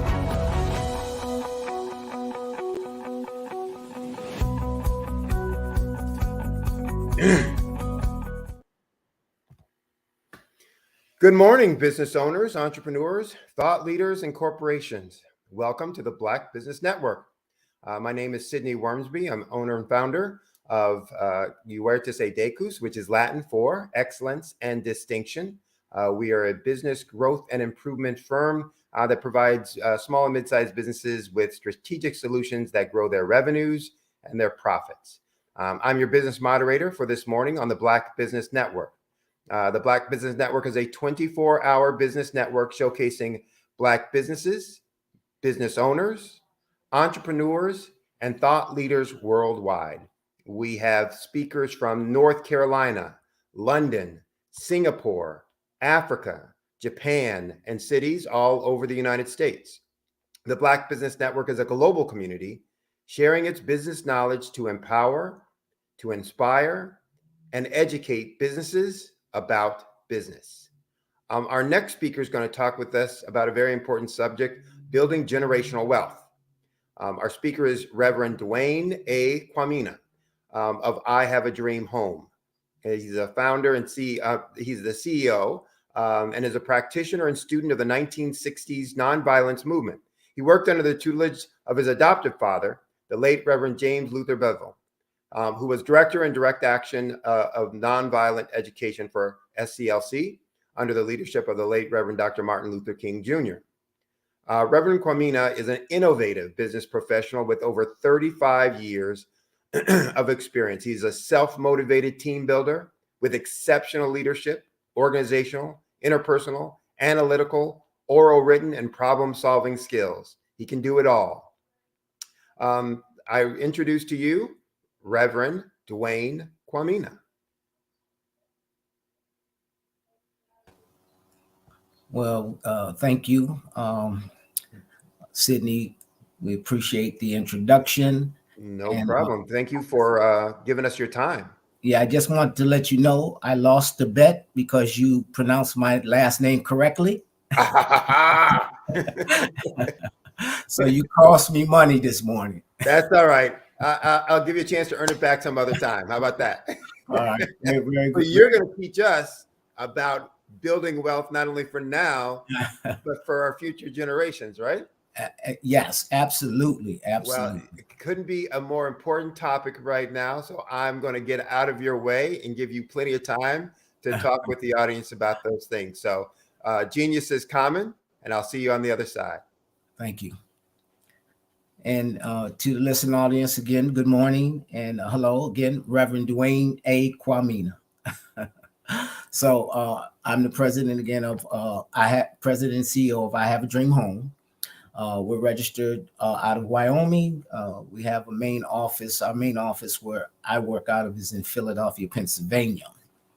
I would like to first thank Dr. Kelly and our moderator, Sydney Wormsby, in the Black Business Expo USA for allowing us to participate in the Black Business Olympics.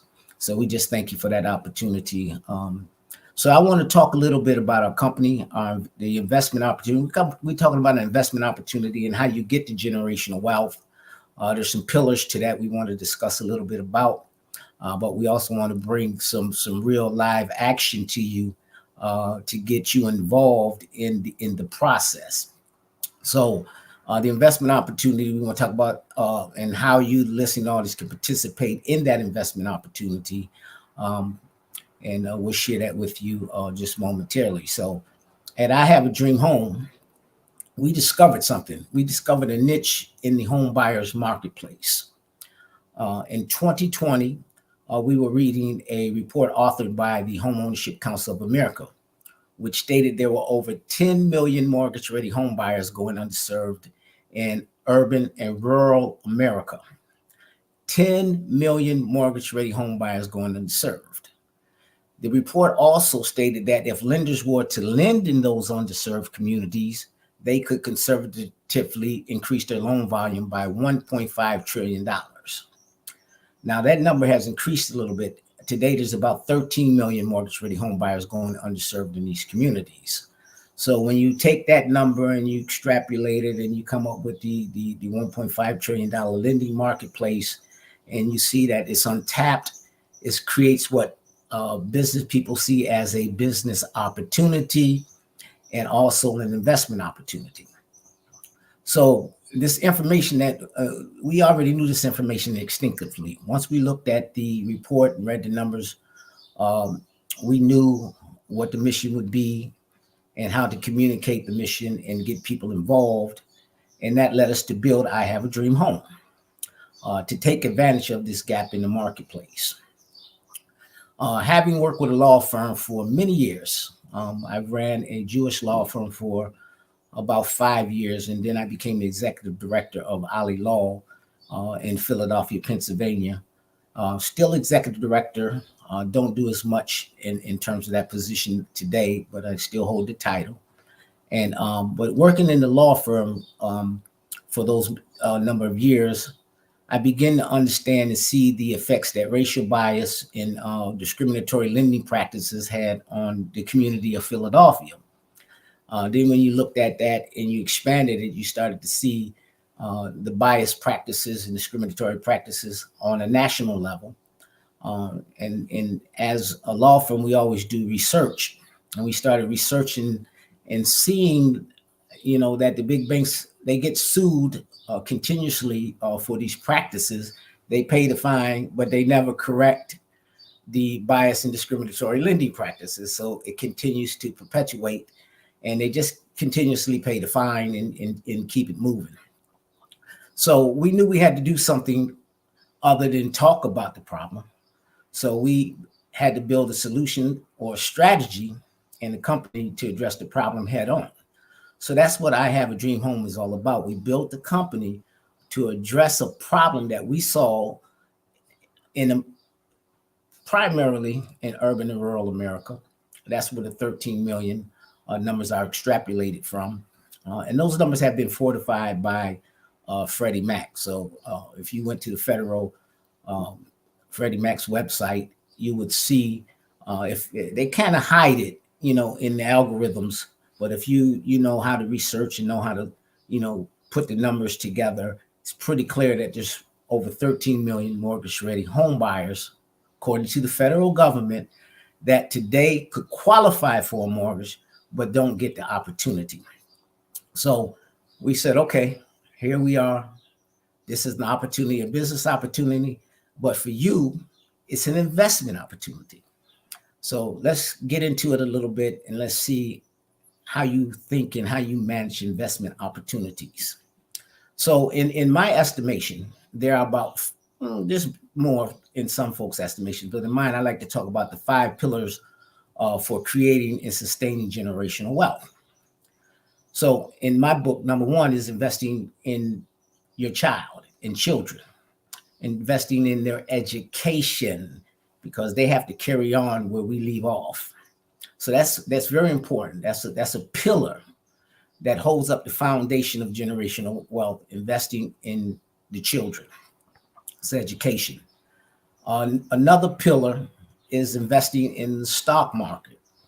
Everybody knows what the stock market is, but everyone does not know how to navigate the stock market and how to invest in those opportunities out there. And certainly you don't get the early stage investment opportunities, which we'll talk about in a little bit.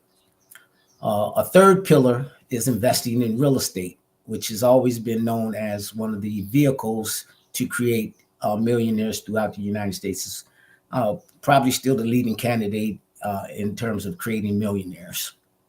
And the fourth pillar is creating a business to pass down generationally. So that's putting those pillars in the ground, fortifying them, build that business as the fourth pillar, and passing that business down to your children, grandchildren, and for generations to come. And if all else fails, there's a fifth pillar, and that's taking advantage of life insurance. Life insurance is a vehicle. Of course, that we don't want that to be the pillar that we hang our hat on. We have these other pillars that we can be working on while we're healthy and vibrant. But that fifth pillar, you still need to put that in place, and that's taking advantage of life insurance. So you could potentially leave a nest egg for future generations just based on having lived a long and prosperous life. Okay, so with over 13 million mortgage-ready home buyers going underserved in urban and rural America, we chose to pursue a path to generational wealth by building I Have a Dream Home and taking advantage of that marketplace. And again, to be clear, the big banks, they have all but exited the mortgage business to pursue other investment opportunities. So they have decided to pursue investment banking opportunities, which is more geared towards the wealthier population. And it's a safer bet for them, so to speak. And that's why they kind of exited the mortgage business, because then it's a lot of management to manage, these mortgages and 13 million home buyer. It's a lot of work, right? So they decided to leave that to the floor. So, and to be clear, this opportunity that they walked away from created the opportunity for someone like us to step into. So we're not complaining at all. We just need to do the work to get to a strategic position so that we can deliver the goods and also build generational wealth by having those folks in our community be the investors in their own development. That's a winning strategy. Invest in yourself, and that will pay off for you if you pay attention to the vehicles that honor you versus the vehicles that take your money but dishonor you. And let's talk about our business model just a little bit so you understand what we built here at I Have a Dream Home. So again, the marketplace is clear. 13 million mortgage-ready home buyers in our lifetime. I don't care what age you are listening to this broadcast. You cannot service 13 million mortgage-ready home buyers in your lifetime. It's just too many. So it's a never-ending marketplace.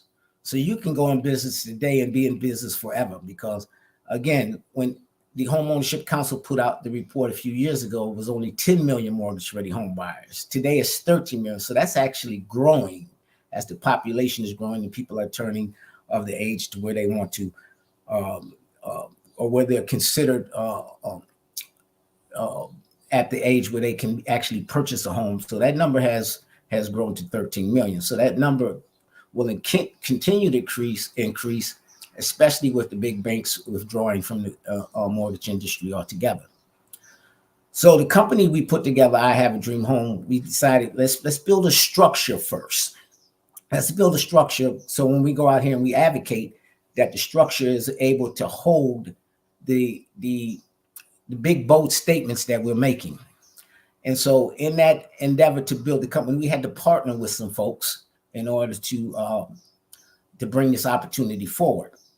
One of the groups we had to partner with was Andis Capital Group out of Chicago, Illinois. They are our broker dealers. And because we're in a security raise under SEC regulation CF, you have to abide by certain rules and regulations. One of those rules and regulations, in order to raise capital to do and build this company we're building, we had to have a broker dealer in place. So we partnered with Andis Capital Group, which is 3 phenomenal African-American men based out of Chicago, highly educated with all the security license necessary to pass the muster with the Security Exchange Commission and the Financial Industry Regulatory Authority. Their job and task with us is to keep us KYC and AML compliant and to make sure we dot all the I's and cross all the T's in our compliance with the SEC and FINRA as it relates to raising capital. We also partner with CoreConX. They have an office in One World Trade Center in New York. Their home office is out of Canada, and they're our SEC FINRA compliant software provider. So when you raise capital, again, on the level that we're raising it, you have to be engaged with professionals who have licenses in this particular arena and are qualified by the SEC and FINRA. We also partner with Enterprise Bank and Trust, a multi-billion-dollar bank out of Missouri. They're our escrow provider. So when we take in investments for this opportunity, this trillion-dollar marketplace, the investment dollars have to be secured in what's called an escrow account. And we had to partnership with Enterprise Bank and Trust in order to secure your investment as it's being made in that escrow account. We also had to partner with Secure Trans and Alt5 Sigma. And these are our payment processors, because when you take investments on the levels that we're operating on, you have to have, again, SEC, FINRA regulated processors. You can't use Venmo, Cash App, and things like that when you're making investments. You have to go through these compliant companies because of the nature of the business that we're in. And we also partnered with a Shirley Insurance Company. Now, that's a very important partnership that we formed, and that created an insurance policy around the whole offering, which is like we just went the extra mile. It wasn't required. It's not by law that you have to have insurance policy. But we said, well, when we're going out and we're talking to our community about investing in a Black company, we want them to feel secure in their investment. So let's build this insurance policy around the company that gives the investors a level of comfort, but it also lends credibility to the offering and protects the failures that folks might feel might be prevalent in the marketplace, so that the investment is secured and giving that safety net that investors look for sometimes in opportunities. So we did that. We partnered with Shirley, and we have that insurance policy in place today. And then we put together a very strong board of directors with about 6 MBAs on it in order to have some professionals around us who could help us think tank through the development of this process to get us to the finish line. So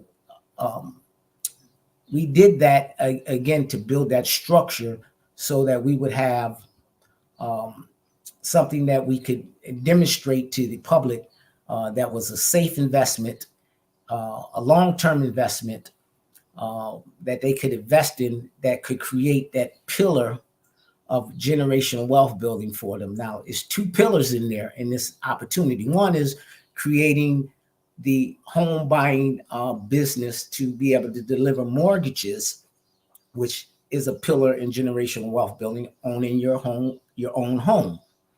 So since they were being locked out of the marketplace, we said, let's come up with a proprietary mortgage lending platform where we can deliver capital to that segment of the population that's being overlooked, and they can start putting that pillar in and the generational wealth building strategy. Then we also built the pillar of investing, which is another pillar, another leg. So now you can not only be a homeowner, you can be an investor, which has a dividend factor to it that also brings resources and helps you put two pillars into place towards your generational wealth building strategy. So we covered two of the strategies in one opportunity. So that was strategically done, and it was again done to bring in folks from the community to invest in the structure. So now let's have a family conversation. Let's talk a little bit about the top 100 Black companies you could have invested in when they were startups. Now we're a startup and we're saying investing, I have a dream home. But let's talk about the top 100 companies that you could have invested in when they were a startup, which could have helped you create generational wealth. So I'm going to name, I've named the top 10 Black companies, and I want you to tell me if you ever heard of them. Number one is Worldwide Technology. They're worth about $11.2 billion. Have you ever heard of them? Act One Group, $2.8 billion. Number three, Bridgewater's Interior, $1.9 billion. Coca-Cola Beverage Florida, not Coca-Cola, Coca-Cola Beverage Florida, $1.3 billion.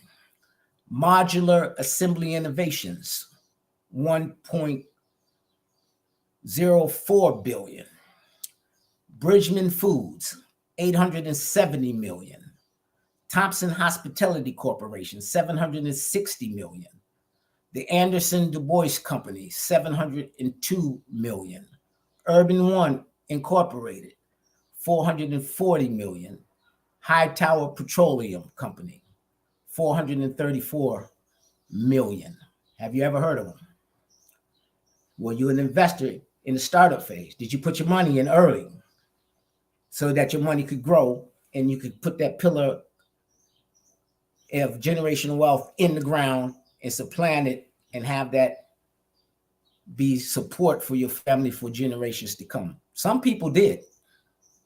I don't know if you did or not. That's the question. Now, if you haven't heard of those companies, there's a question that begs to be answered is why not? Now, had you invested in any one of these companies at their inception, you would have been well on your way to creating generational wealth for yourself and your family. Now, again, how many of you listening have invested in these companies? That's a question. Answer it to yourself, or raise your hand. How many of you invested in this company? How many of you have ever even heard of these companies? Raise your hand. Okay. I know most of you have no idea who these companies are. That's just the top 10 Black companies in America. If I went down the entire list of the top 100 Black companies, you probably never heard of any of them. Let's see. Let's share another subset of 10. Tell me if you heard of any of these. Fair Oaks Farm, $342 million.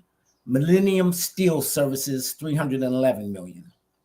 Global Automotive Alliance Corp., $274 million. Millennium Steel of Texas, $266 million. Atom Communication and Engineering Technology, $253 million. Baldwin Richardson Foods, that's $253 million. Bird Electric, $237 million. Georgetown Metal Processing, $235 million. Devon Industry Group, $234 million. And Salamander Hotel and Resorts, $212 million. Heard of any of those companies? Those were all startups that folks invested in. And these are black companies. These are not white companies. These are just the black companies that created wealth for their investors because they took an action when the opportunity presented itself, when they were in the startup phase. So you might have missed these opportunities to invest in these companies, but someone invested in them. So if it wasn't you, ask yourself the question, who was it? And how did they get that information? It was folks who were in the right place at the right time. They received the information about the investment, they heard it, and then they took an action. And sometimes we get the information and it goes in one ear and out the other. And even if it resonates in the brain a little bit, we never take the action. So the opportunity still passes us by. So now let's talk about another subset of companies. Now I want to see if any of you know about these top 100 companies. And if you ever, invested in them. And let's just check it out and see. All right. How many of you heard of Mr. Jack Daniels? That's one of the number one companies in the world. Have you invested in it? How many of you heard of Mr. Smirnoff, Mr. Bacardi, Mr. Hennessy, Mr. Jim Beam, Mr. Absolute, Mr. Johnny Walker, Mr. Crown Royal, Mr. Grants? How about Captain Morgan? Mr. Jameson, Mr. Remy Martin, Mr. Ciroc, Mr. Svedka, or Mr. Patron? How many of you ever heard of those companies? How many of you invested in those companies? Well, if you did, you made them companies $1 million companies and $1 billion companies. If you invested in those companies, you helped them create generational wealth for themselves and their families, and they thank you. They thank you for that. In fact, they took the money from the community and have no intentions of including you in the investment opportunity. You will not see a return on that investment. And if you do, it will be a negative return that impacts on your health or overall well-being. Now, these companies are known, but those black companies that I just mentioned, do you know these companies? So think about that. I'm doing this to juxtapose something. Like, how come you know about these companies, which I know most of us do, but we don't know about these companies that create generational wealth, and investors who invested in that, they were the beneficiaries of that generational wealth. And even these companies, Mr. Jack Daniels, they create generational wealth too. But did you invest in those companies the right way? Were you a stock investor? Do you have shares? Did you become the beneficiary of the overall growth of that business? If not, then you missed the boat. So there's a list of other companies as well. We won't go through that. The list goes on and on and on. So now, if you invested in these companies that made them millionaires and billionaires and didn't get a return on your investment, then what were you doing? So, family, we're here today. We're here today to talk about an investment opportunity that is a startup company that is allowing you to get in on the ground level so that you can put a pillar in the ground that has the potential and opportunity to create generational wealth for your family to come. It's I Have a Dream Home. Now, I don't know these black companies that are on the top 100 list. We intend to be on the top 100 list in a very short period of time. But these companies, I don't know if they market it to you or not. I don't know if you ever heard of them. You know, if you ever heard of them. But today, you're hearing about I Have a Dream Home. And so now that you've heard about I Have a Dream Home, the question is, will you take an action? Or is it going to go into one ear, come out the other, spin around in the brain a little bit, but no action is going to come from it. So we said, okay, we built a heck of a structure. We got a heck of a business model. We have a heck of a team, partnerships, and we created an investment vehicle as a startup for the community. So I'm bringing you another opportunity to invest in a Black company at its inception, a company you might not have heard of until today.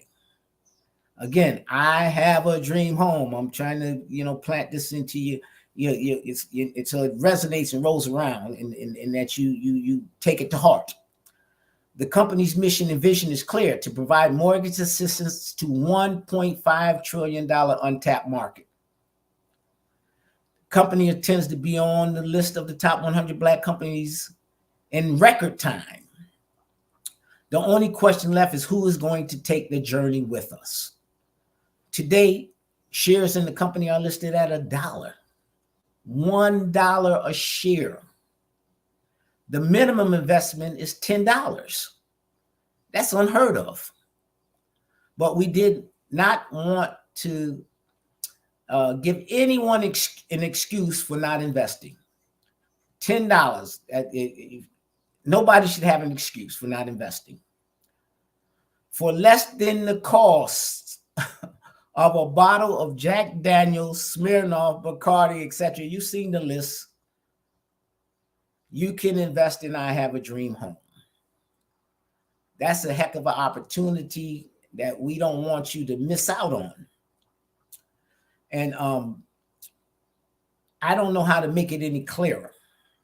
The business that we're in, and it's very, very, very simple. It's not a get rich quick scheme. Let's get that straight. We're not doing that. We don't believe in that. It takes work, it takes diligence to make this happen. We have to do something. The market is there. The opportunity exists. We couldn't service it in a lifetime, as I already shared with you, because it's just a mass market. But we can put a dent in it, and we can create generational wealth. We can put people in homes and so on and so forth. And we need you to invest in it to make it happen.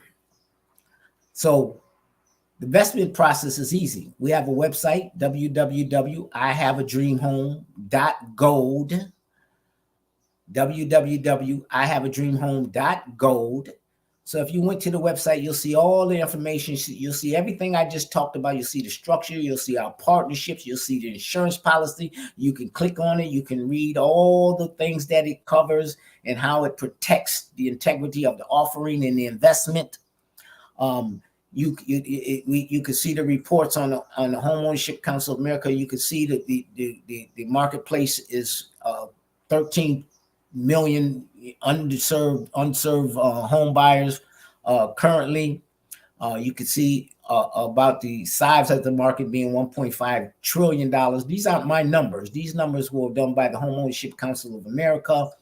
There's also a report by Citigroup, which is one of the largest banks in the world. They're in about 200 countries. Everybody knows who Citibank is, Citigroup, etc.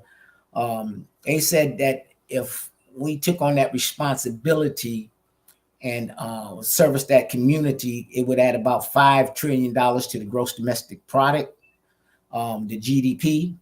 So it not only does it service and help the community and help small folks, small investors become and put a pillar in the ground for generational wealth, it also helps America overall. And because the Citigroup report says that, racial bias and discriminatory lending practices has cost America $16 trillion over the last 20 years. That's a lot of lost potential. So again, we don't want to talk about the problem. We want to solve the problem. So we built the structure to solve the problem. So again, the link, www.ihaveadreamhome.gold, it takes you to an investment portal. It's not our investment portal. It's controlled by our broker dealers and this capital group, because that's what the law requires. The money goes in, it goes to Enterprise Bank and Trust, and it's secured FDIC insured escrow account. So the money is for the building of the business structure to be able to deliver. In our first year, our business plan and model, if you went to our website and you wanted to be an investor and wanted to see the business plan, you can do that, and you can get a copy of the business plan. It shows the strategy. It shows, us rolling out 300 million in the first year, 600 million in the second year. And it shows the profits that could be made from those types of rollouts, which is simple mathematics. 6 million, 12 million, 6 million the first year, 12 million the second year, et cetera, et cetera. Part of those dividends go back to the investors. So you continuously get dividends payments once we reach our plateau. So it's a great opportunity to get in on the ground floor. So I don't know how else I can tell you other than to say it's a short-term investment. I mean, it's a midterm investment. And I see my moderators has come back on, but we're entering into this phase where we got to take responsibility and action. And I do know that the next speaker coming up, Mark Anthony Cook, he's going to share with you a little bit about his investment opportunity as well. So you're going to have an opportunity to invest in 2 Black companies today that are in that inception stage. And you're going to want to hear what Mark has built, who's coming up next. I invested in Mark's company. Mark invested in I Have a Dream Home.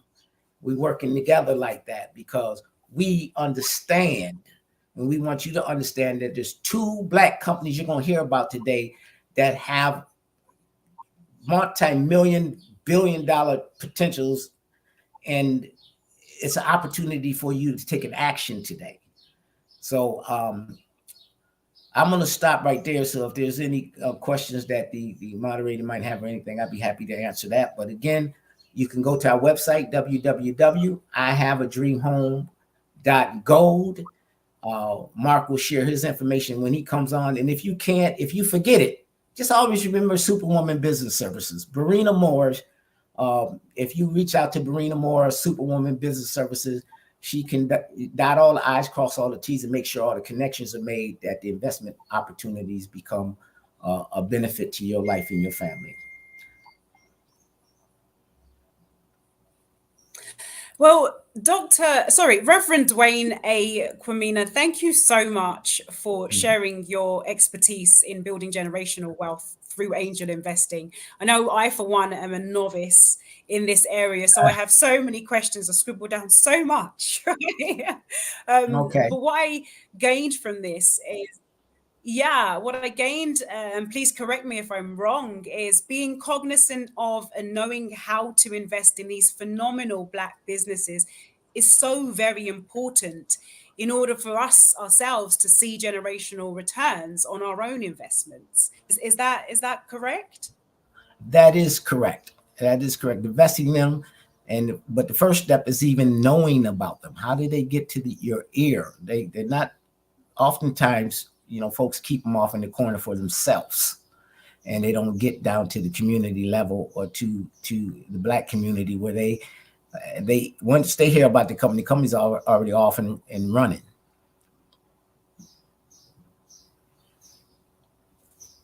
Right. You listed so many, and I'm sure there are a plethora more. You absolutely have a phenomenal dream, and it is clear that learning the best ways to invest in successful Black businesses is something you know a lot about. Please, can you, again, I know you have shared before, but let us know the best ways to connect with you if we want to further our knowledge in this area of business. Absolutely. You can go to the website, www.ihaveadreamhome.gold. Now, if you make a mistake and click on .com, you'll still find us. But we use the vernacular .gold because we wanted to take our heritage back. We were always, our roads are paved with gold, so we want to keep that on the floor. But that's how you reach us. And again, some of the folks on the network know about Superwoman Business Services and Barina Morris. You could always reach out to her. She works with us directly as well. In fact, she's our COO of this company. So She wears a couple hats, and so you could reach us through that mechanism.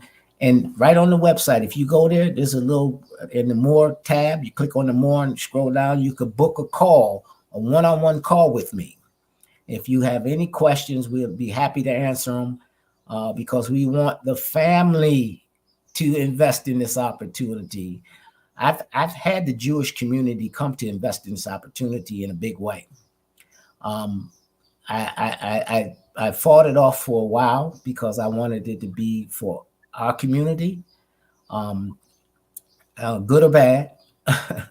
And I'm still reaching out to our community to say, don't miss out on this opportunity. Yeah, I hear that. Thank you once again, Reverend. It was a pleasure to listen to you, learn from you, and to meet you virtually. And I appreciate it. And all I can say is take an action, and you find a vehicle that you can invest in and start building, educate them children. And let's change the course of history. We're gifted people. We got all the tools, all the resources right in our backyard. Let's take advantage of it. Let's work together collectively. You know, we're public, we're open book. All our stuff we do in the public with the lights on. We want you to see us. We want you to know us. We want you to love us like we love you. And that's the only way we know how to do it. And that's why I said I'm 24/7. You can book a call. You can get involved. We're looking for advisory board members. We're looking for board members. We're looking for the whole. This is a movement of, by, and for the people. So we're open to you, and don't miss the opportunity. That's all I can say. Thank you. The Black Business Expo's mission is to raise funds for high school seniors going to college or K-12 entrepreneurs.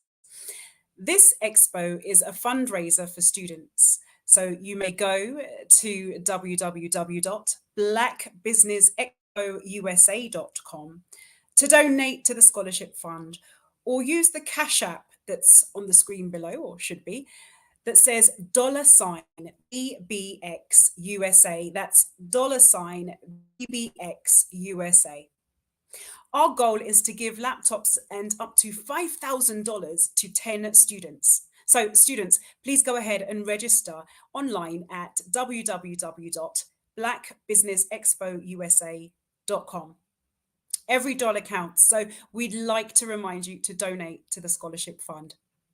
We want to thank our Black Expo USA sponsors for May 2023, and they include NC 100, Moody Capital Partners, Suede Soul, Lotus Richey Coaching and Training, Carolina, Virginia Minority Supplier Development Council, Step Management, BHS and Associates, Margie McLean Foundation, Genius is Common, Essentials, Milani Shani Global, Executive Women's Success Institute, The Quality Coaching Company, Superwoman Business Services, Creative Force Studios, Lee Entertainment, Artistic App Design, and Black Business Expo USA.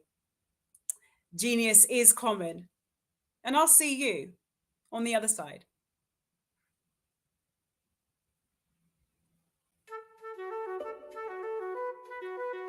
This is Dr. Arnold T. Petsworth. Yes, that's his given name.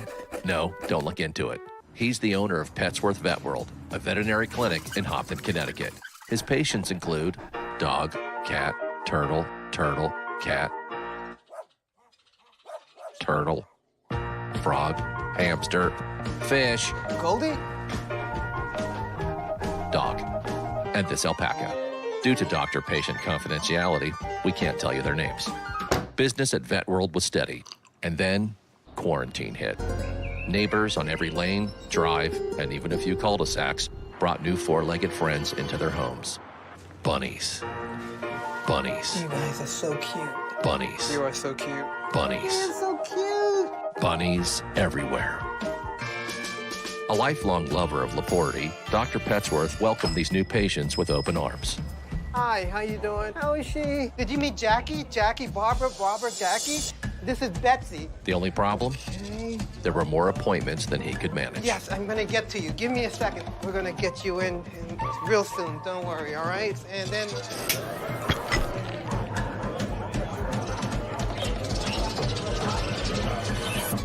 That's when Dr. Petsworth turned to his American Express business card, which offers flexible spending limits that adapt with his business.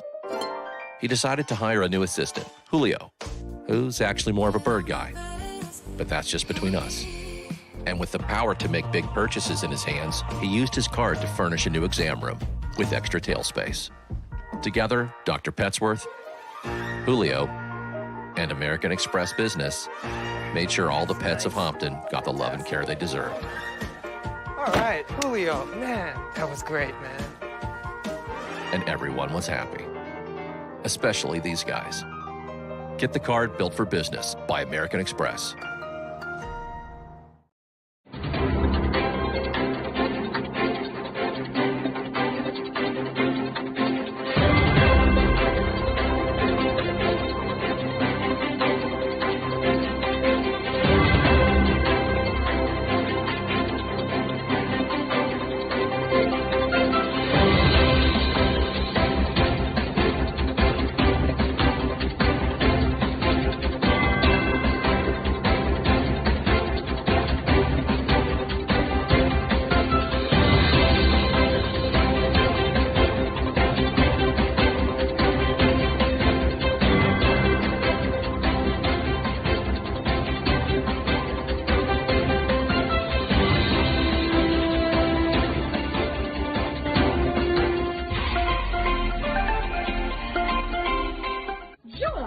Dr. Eric Kelly III and a host of phenomenal speakers from all around the globe for this 7-day virtual event that you don't want to miss.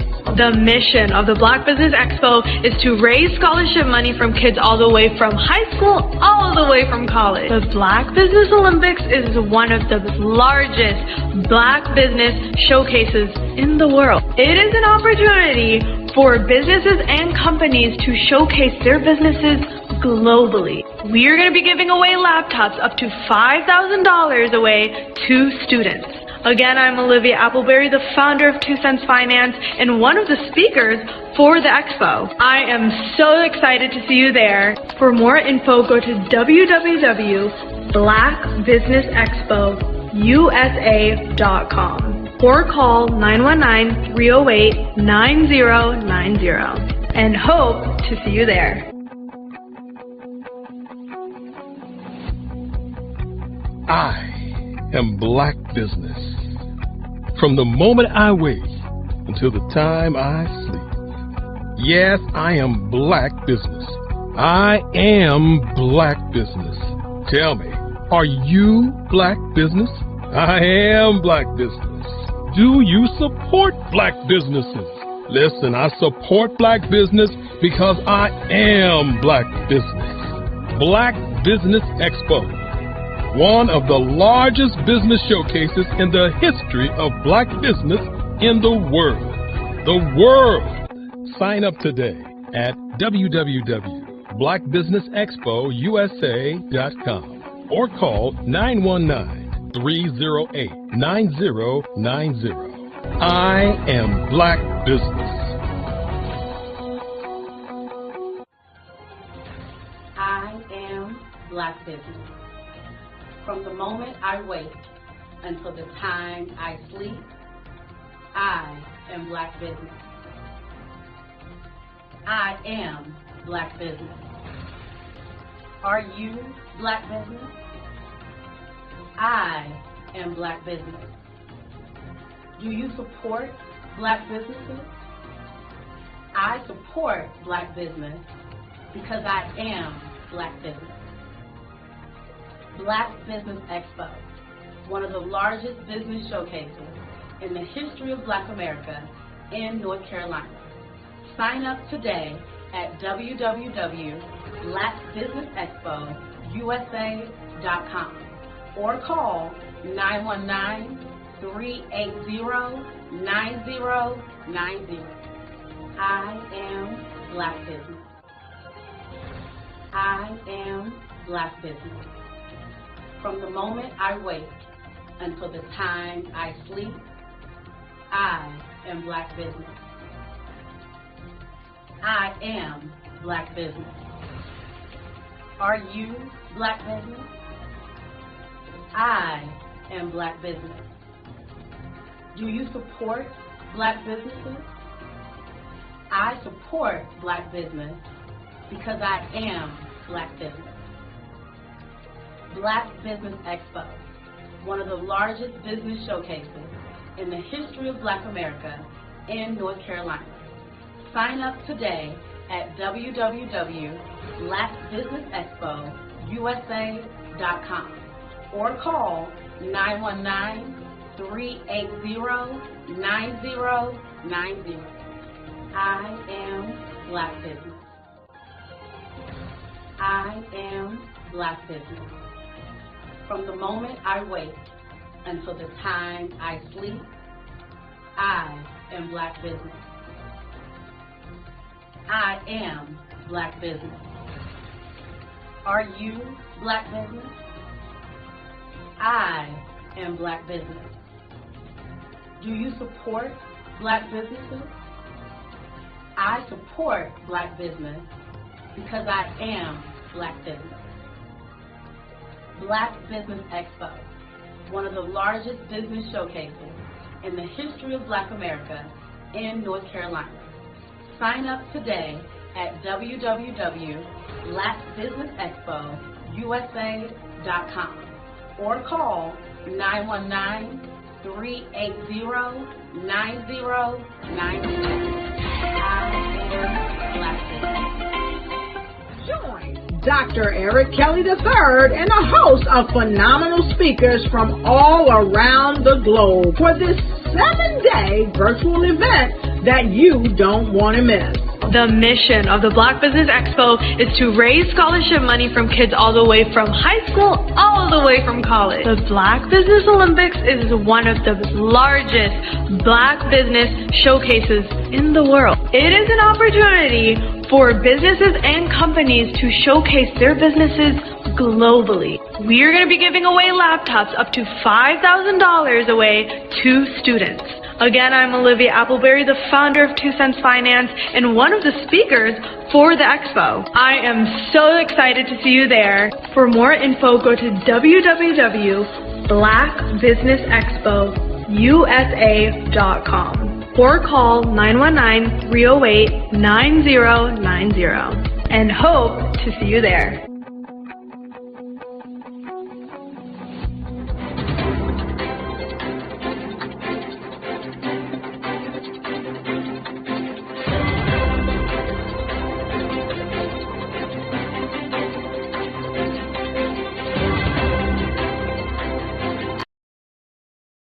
When you feel like you're about to hate yourself, love someone. And when you feel like you're about to hate someone, love yourself. And when you feel like it's the end of the world, breathe and remember that you have to go inhale in order to exhale deep. Like a person who thinks too much. I thought about the word genius and thought, genie in us. Then I thought, if there's a genie, there must be wishes. So I made a wish upon my genius and became inspired to write a piece about war and the way that it destroys worlds. Boys and girls weeping over spirits no longer married to the corpses that carried them as child. Laughing, funny, how air forces its way back in even when we just want to exhale. Well, I didn't finish that poem because I'm a firm believer in oneness. So no matter how much I disliked the military, I kept coming to the conclusion that all the soldiers in the army are me. So I went back to my genie and I made another wish. I wished for words that would uplift. The genie sent me poems that sounded more like spaceships, because you know we've been working this great shit and we ain't made shit. I wished we could fly. It's a spaceship that flies fly so high that we no longer need to exhale, cause we in heaven fly so far and so fast into outer space that we end up turning into energy. G for genius, for genie, for magic, as you are, as you were, and as you always will be, made of the same star that you see as far, but in fact so close enough for us to shoot for, cause Lord knows we need something to shoot for, cause too often we are shot at. We gotta pay attention, to buy time, to train ourselves to shoot back, not like bullets, but like stars. Make wishes on the genie that you are, the genie in us, the genius in you, the only person on this earth smart enough to make the dreams that you hope for come true.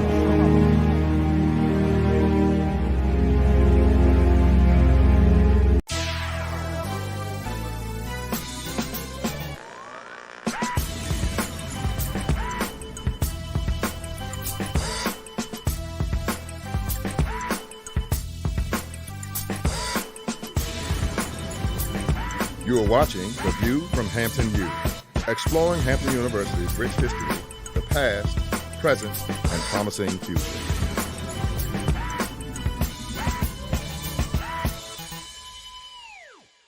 Welcome to Hampton University and The View from Hampton U. Today we're going to examine a movement that is said to be taking the nation by storm. The Genius is Common movement has emboldened young people throughout the nation, and that has also happened here at Hampton University. Let's take a look at what some of our students have to say about being a genius. Hi, my name is Gavin Harden, and my genius is to be able to give off positive vibes and spread a smile. Genius is common. My name is Brianna Lomax, and my genius is artistic expression through writing and showing compassion to everyone I meet. Genius is common. My name is Atia Strange, and my genius is the power of expression. Art is universal. I sing, I draw, I film, I photograph. Genius is common. My name is Maya Harris, and my genius consists of all the gifts that God has given to me. I am a giver, I am passionate about bringing ideas to life, and I have mastered the concept of finding the good in everything. Genius is common. My name is Diamond Sidney. My genius is acknowledging the beauty in my own mistakes while challenging others to do the same in order to cultivate and grow. Genius is common. My name is Almajid Edwards. A lot of people think genius is about being talented or being smart. It's not true. Genius is about influence. Whether it's an equation, whether you're reading or writing, research, harmonies, what have you, genius is about the opportunity, the moment of impact where you can influence another person and uplift them. My genius is poetry. Genius is common. Hampton University has a long-standing history of supporting geniuses and the movements that they create. For example, General Chapman Armstrong established this great institution in 1868. And did you know that Booker T. Washington was also an alum of Hampton University? I could go on and on about the geniuses who've come through these doors and have exited to go out into the world to make a great difference. That's what's important to us. That's what's important about the Genius is Common movement. What is your genius? You should take the time to think about that today. So thank you for watching The View from Hampton U. And remember, genius is truly common. 5-Star BDM, Brand Development Masters, is a professional consulting and advisory group keenly focused on business development services for the small to mid-sized business and entrepreneurs.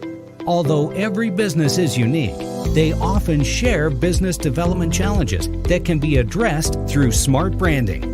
Services include process improvement and operations, digital strategy and transformation, business intelligence, digital marketing, and personal branding. Our business and personal branding company has helped a number of professionals and organizations to optimize and grow. This results in more business, more opportunities, better reach, positive outcomes. Visit www.5starbdm.com today to learn more. Did you know women represent just 3% of Fortune 500 CEOs and less than 15% of corporate executives at top companies worldwide? Have you wondered what the secrets are to getting into the top ranks, whether in the private or public sector? Do you want to figure out how to stop being held back in your career or passed over for promotion? Then you're in the right place. Hi, I'm Dr. Madeline Ann Lewis, President and CEO of the Executive Women's Success Institute. I have decades of experience in the military, the federal government, and corporate America, and my mission is to help women succeed and tap into their full potential. I want to reach 1 million plus women around the world to become the leaders they are meant to be. So if you want to move into a management or executive level position, or maybe you are a female veteran transitioning out of the military into business entrepreneurship, then reach out to the Executive Women's Success Institute at 301-693-3284. Let us get you on the fast track to success. Attention all entrepreneurs and companies. Are you looking for reliable and efficient virtual assistants and back office support to help you manage your business tasks? Look no further than Superwoman Business Services. Our team of virtual assistants provides a full range of administrative support services, including operations management, social media marketing, and much more. We also offer website design services to help you create a professional online presence that reflects your unique brand. In addition to administrative support and website design, we offer business development and structuring services to help you grow your business and achieve your goals. We'll work closely with you to identify areas of improvement and develop a customized plan to help you reach your full potential. At Superwoman Business Services, we understand that running a business can be overwhelming and time-consuming. That's why we're here to help you fly high and achieve success.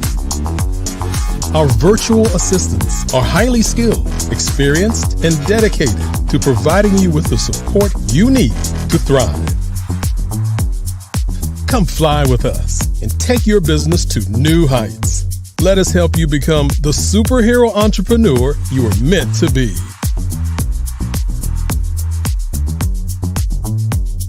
Contact Superwoman Business Services today to learn more about our back office support services. Come fly with us and take your business to new heights.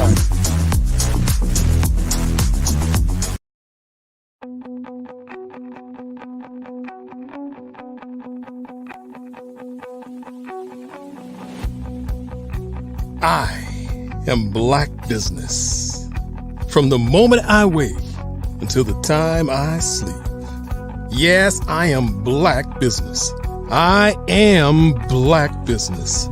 Tell me, are you Black Business? I am Black Business. Do you support Black businesses? Listen, I support Black business because I am Black Business.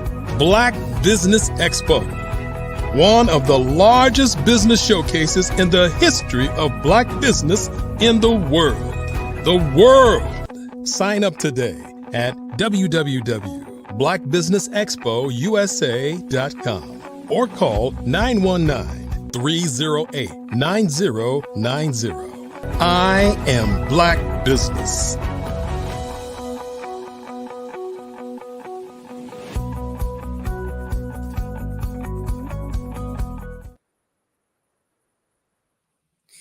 Good morning and happy today, business owners, entrepreneurs, thought leaders, and corporations. Welcome to the Black Business Network. My name is Anthea Davidson-Merritt, and I am your business moderator for this morning on the Black Business Network. Black Business Network is a 24-hour business network facing Black business owners, entrepreneurs, and thought leaders worldwide. We have speakers from North Carolina, London, Singapore, Africa, Japan, and cities all over the US of A. The Black Business Network is a global community sharing its business knowledge to empower, inspire, and educate businesses about business. Our next speaker this morning is Mark Anthony Cook, CEO of OPES One, who is here with us for a fireside chat. Mark Anthony Cook is an electrifying CEO, an industry leader with a diverse background spanning technology, finance, and cannabis cultivation. As the CEO of OPES One, a global leader in inter-blockchain communication software, Mark spearheads the development of the OPES chain protocol, enabling decentralized autonomous communities and driving a new global economy. Mark is also the CEO of Loud Wellness Inc., a company at the forefront of the booming cannabis industry in New Jersey, leading a cultivation and manufacturing operation poised for exponential growth. Mark's leadership is further demonstrated through his board membership at I Have a Dream Home, whose mission is to create home ownership and generational wealth, further showcasing his dedication to making a positive impact worldwide. I present to you Mark Anthony Cook. Welcome, Mark. How are Hi. you this morning?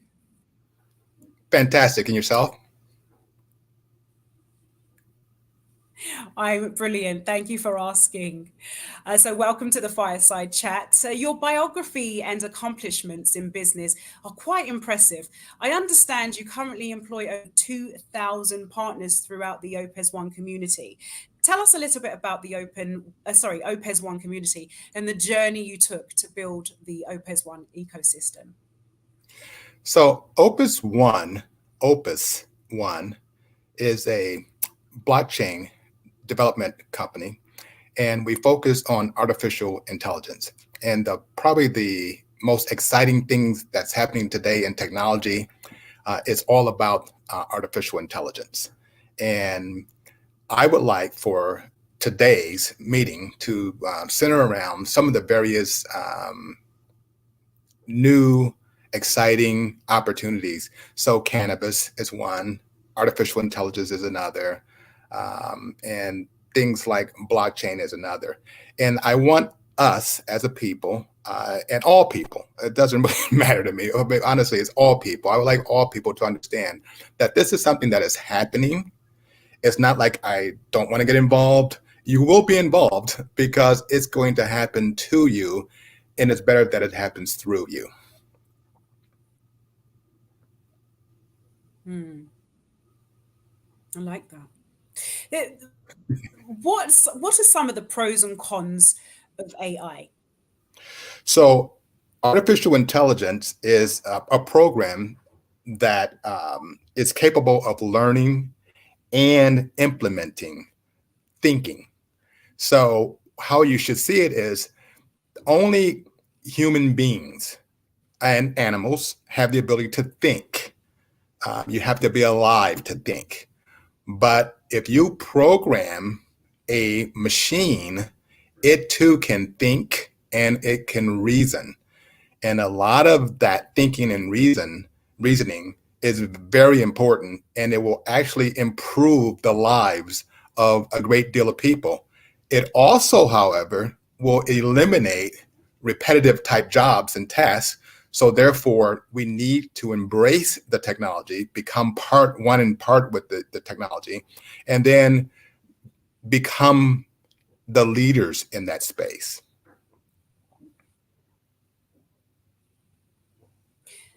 How would you suggest we do that, though? So you should learn. I mean, and all throughout your life. I'm 65 years old. I know I look like I'm 63, but I'm 65. So the thing that I've learned over time, is this: you have to continue to grow. If you don't, you become very stagnant, and eventually you don't have any good reasons to be here and be part of the human experience. So what I've tried to tell people is 19 minutes per day, just 19, not 18, not 20, 19. 7 days a week, you should dedicate yourself to learning about something you don't know anything about.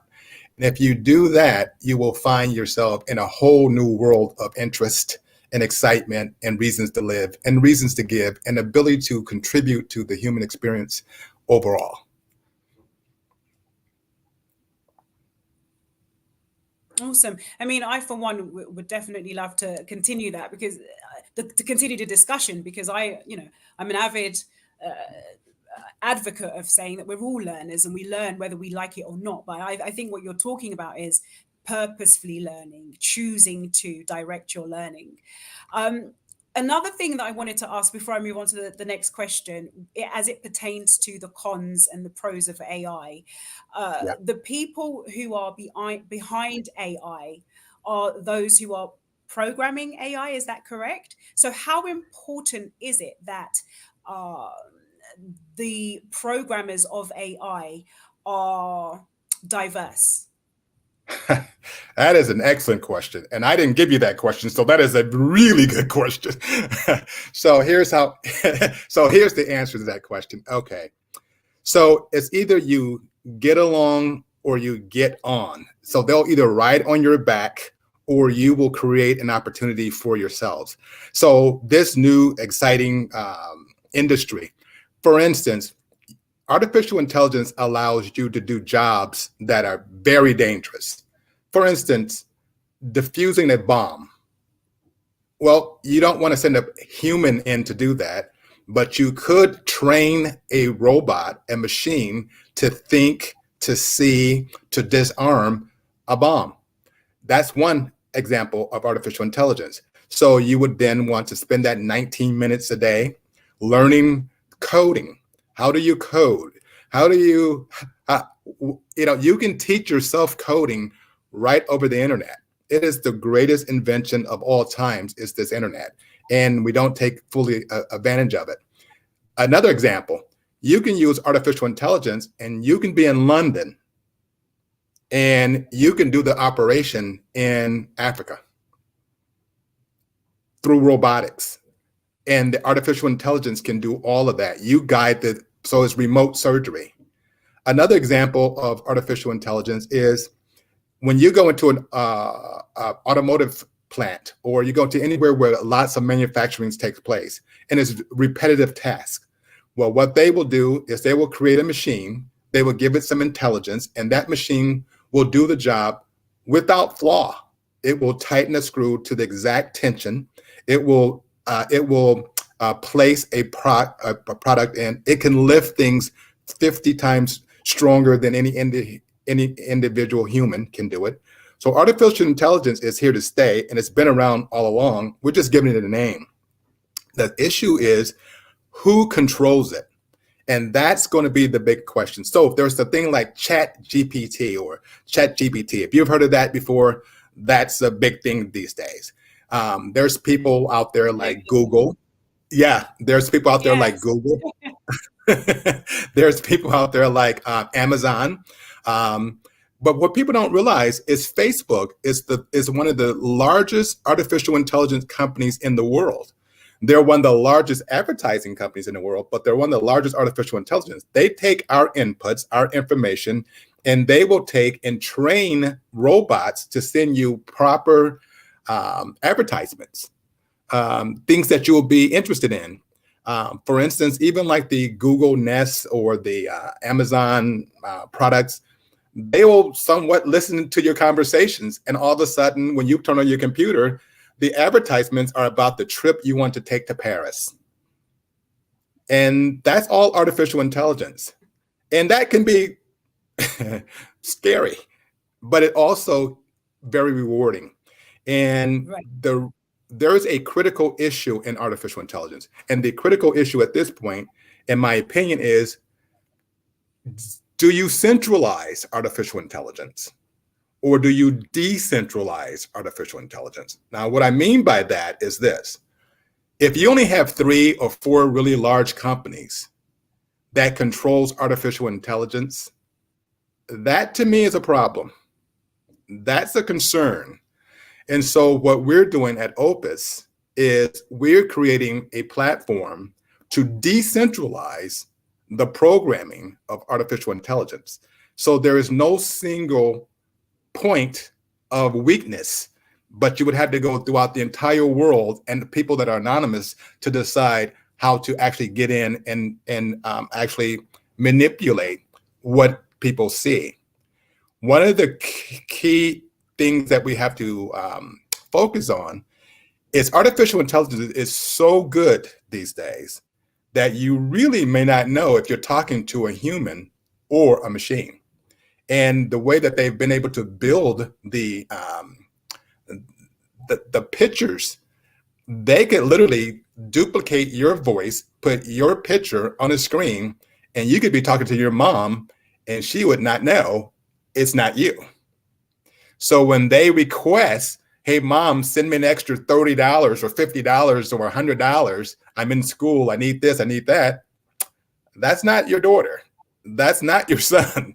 That's the machine replicating. So it is scary, but it also is a fact of life. It's going to happen. And we're going to find interesting things like, well, there's a code word I use when I talk to my mom. Mom, I love you.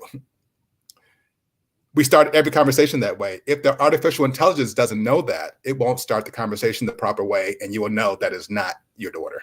It's very simple to get around. But the idea is it is that good now.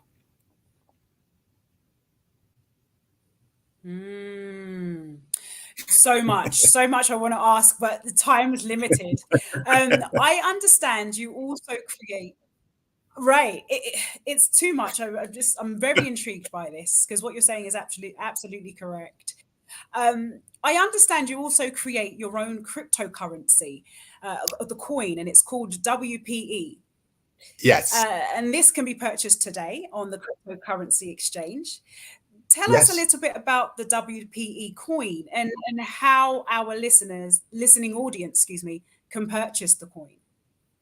So there are different types of coins. There are governance coins. There is protocol coins. There are utility coins. There are transaction coins. There are NFTs. And all of these things probably mean absolutely nothing to the average individual. And that's okay. That's why we're going to spend 19 minutes.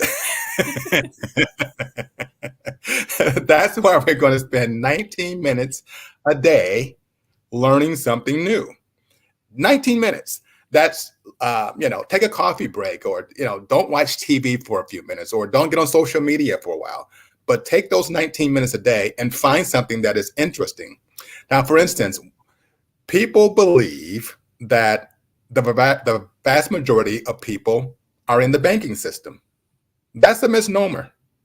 The vast majority of people on the planet have no relationship to a bank or financial institution whatsoever. And that's surprising to people who live in Western Europe or in the Western part of the hemisphere.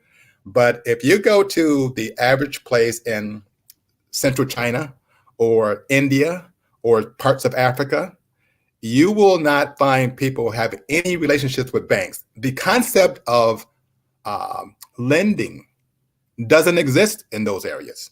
So what has made lots of countries strong is the ability of individuals being able to have access to capital to build great businesses and opportunities, like Reverend Comina just talked about, a great opportunity to be part of a business. You don't get that for the vast majority of the people. The vast majority of the people is what is called the unbanked. So what we built is a artificial intelligence coin called WPE. And WPE, you can get it off of CoinGecko. You can get it off of Uniswap. And these are cryptocurrency exchanges. And cryptocurrency is something that people need to understand is here to stay. So let's give you a little, if you don't mind, a little bit of an education just on that. So at the beginning, people began to Is barter. this going to be my 19 minutes? What was that? Is this going Yes. to be my 19 minutes? You're funny. I hope this is going over okay, but you're funny. Yes, that's part Absolutely, of yeah. I'm really interested. yes, this is part of your 19 minutes right here. So cryptocurrency is something that is a evolution of currency. So at the beginning, you would exchange maybe a spear or arrowhead for meat. It's called bartering. Or you may exchange, work for corn or for wheat or for a animal carcass. That would be bartering. But then it came to a point that we thought, well, hey, it'd probably be a good idea if we have a more convenient way of transacting and something that's universal that we all kind of agree on. So then they started making coins. And then those coins were something that you could say it had value. But you wouldn't be able to carry around 100 pounds or 30 pounds or 10,000 pounds of coins. It just wasn't convenient. It wasn't a good utility. So then they started making bills. And then it became $100 bill or $1,000 bill or $10,000 bill. There used to be $100,000 bills. But that wasn't so secure because whoever had the bill owned the bill.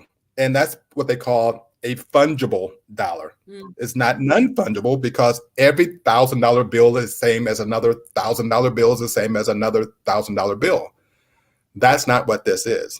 What this is an individual coin or currency that actually has intelligence, that knows who its owner is and knows what it can go out and do and who it can buy. So that's totally unique. And candidly, there hasn't been a coin designed like this coin in the history of mankind. This is absolutely cutting edge, forefront type technology. We've been building this system for almost 7 years. So this is not a new fly-by-night overnight success. And to be candid with you, we're north of $90-some million into the investment. So it's a very labor of love. The beautiful thing is with Opus AI is we don't own or owe anything to anyone. It's all been self-funded by my partner and myself. So no one we're beholden to. And when we build it and we let this go native in the wild, here's the really intriguing thing. No one will own it, including me, including my partner. It will be owned by the world. It will be a world currency that anyone that chooses to opt in and participate in can.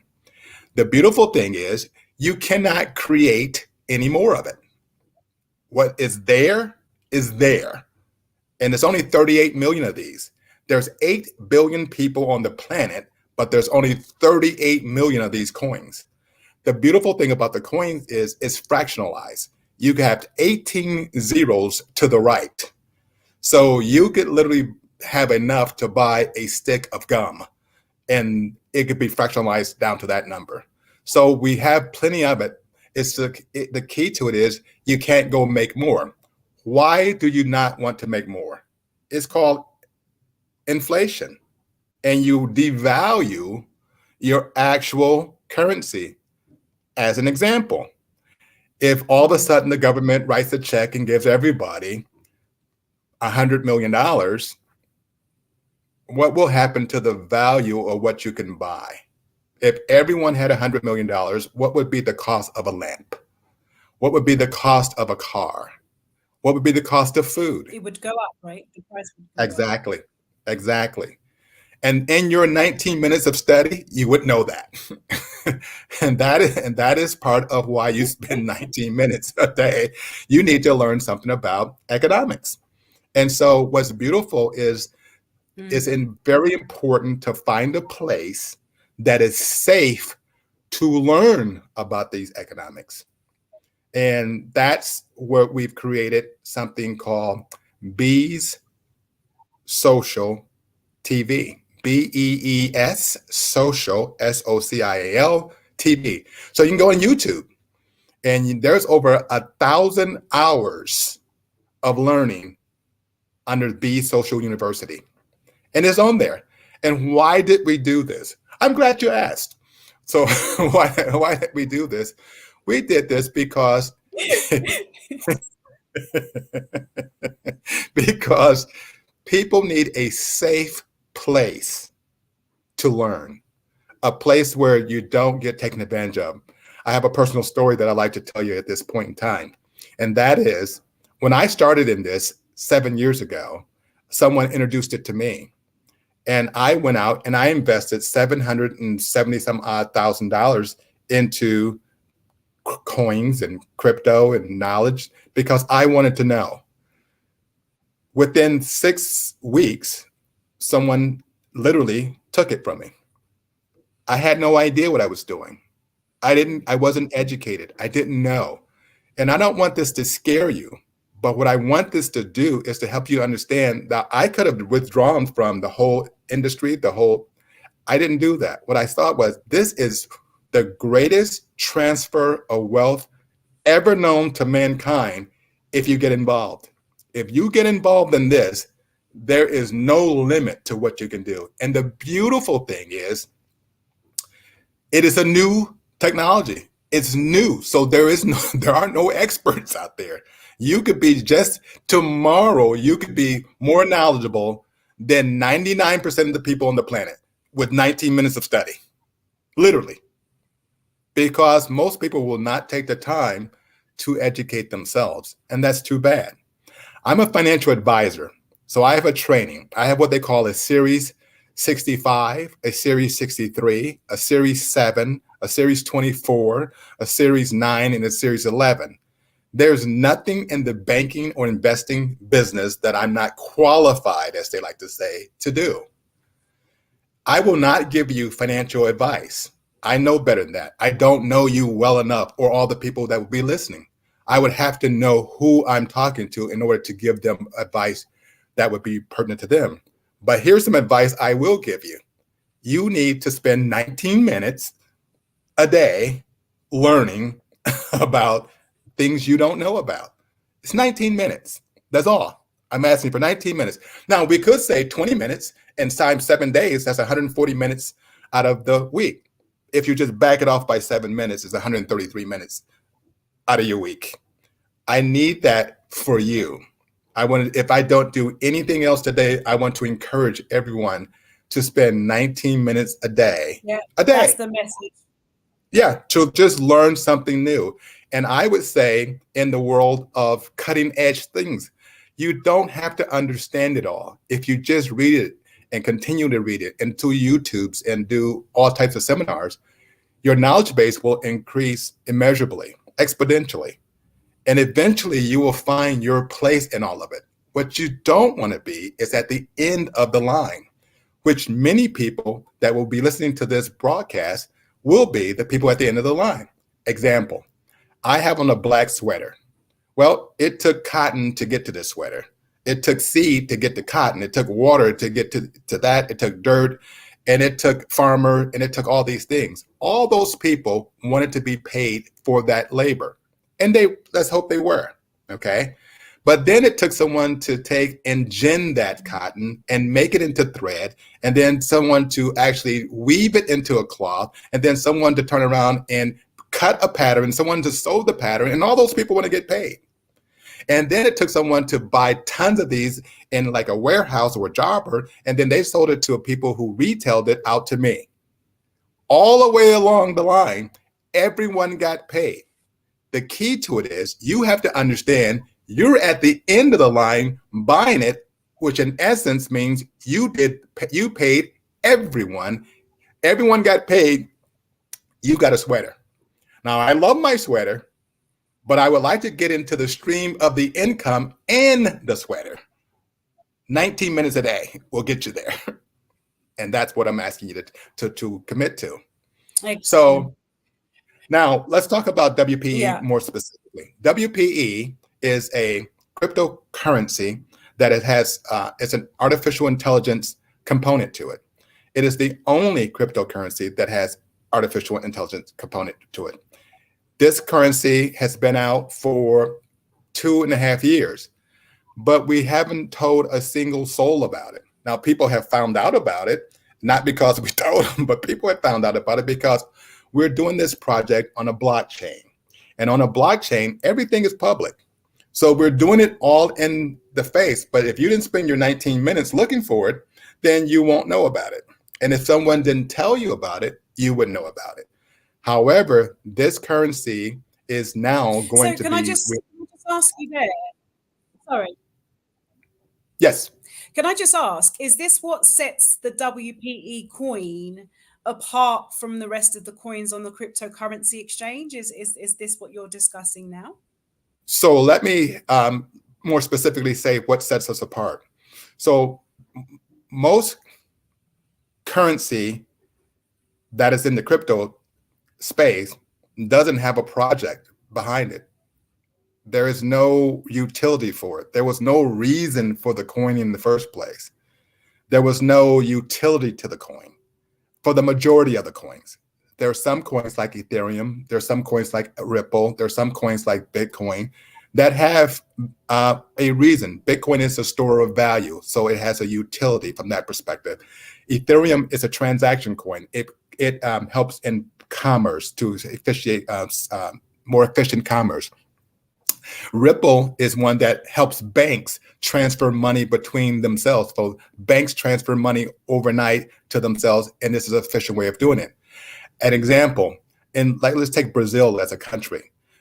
People leave Brazil. They work oftentimes in the hospitality industry, and they work on cruise ships, and they work in hotels and restaurants all over the world, and they send money back. When they send it back using various methods, but one of the ones is Western Union. Nothing against Western Union whatsoever, but just in payments alone, that company receives over $300 million in fees for people sending the money home. This thing, if the Brazilian people that were receiving the money had an extra $300 million, maybe their economy wouldn't be in the shape that it's in right now. So it's just a much more efficient way than carrying a pound of gold around. Western Union is fast and it's efficient. It may take a day to do it, but we built a currency that changes hands faster than a MasterCard or Visa transaction. It is lightning fast. It is 1,000x times faster than Bitcoin. It's 100x times faster than Ethereum. So we've built something that the world doesn't know yet, but we're coming, and we're coming now.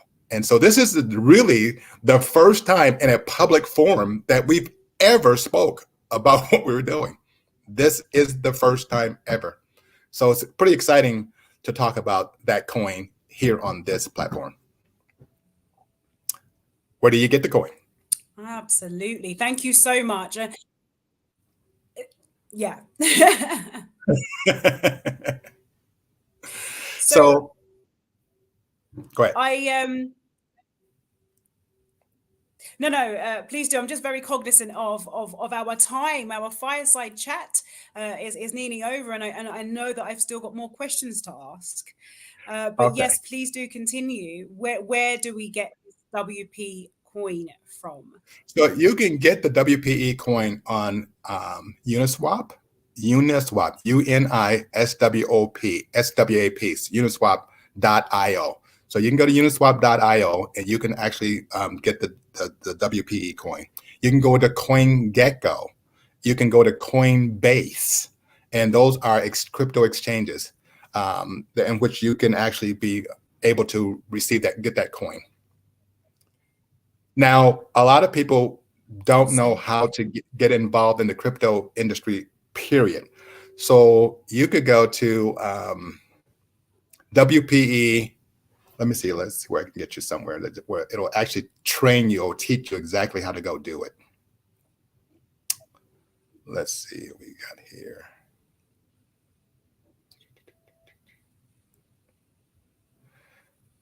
Okay.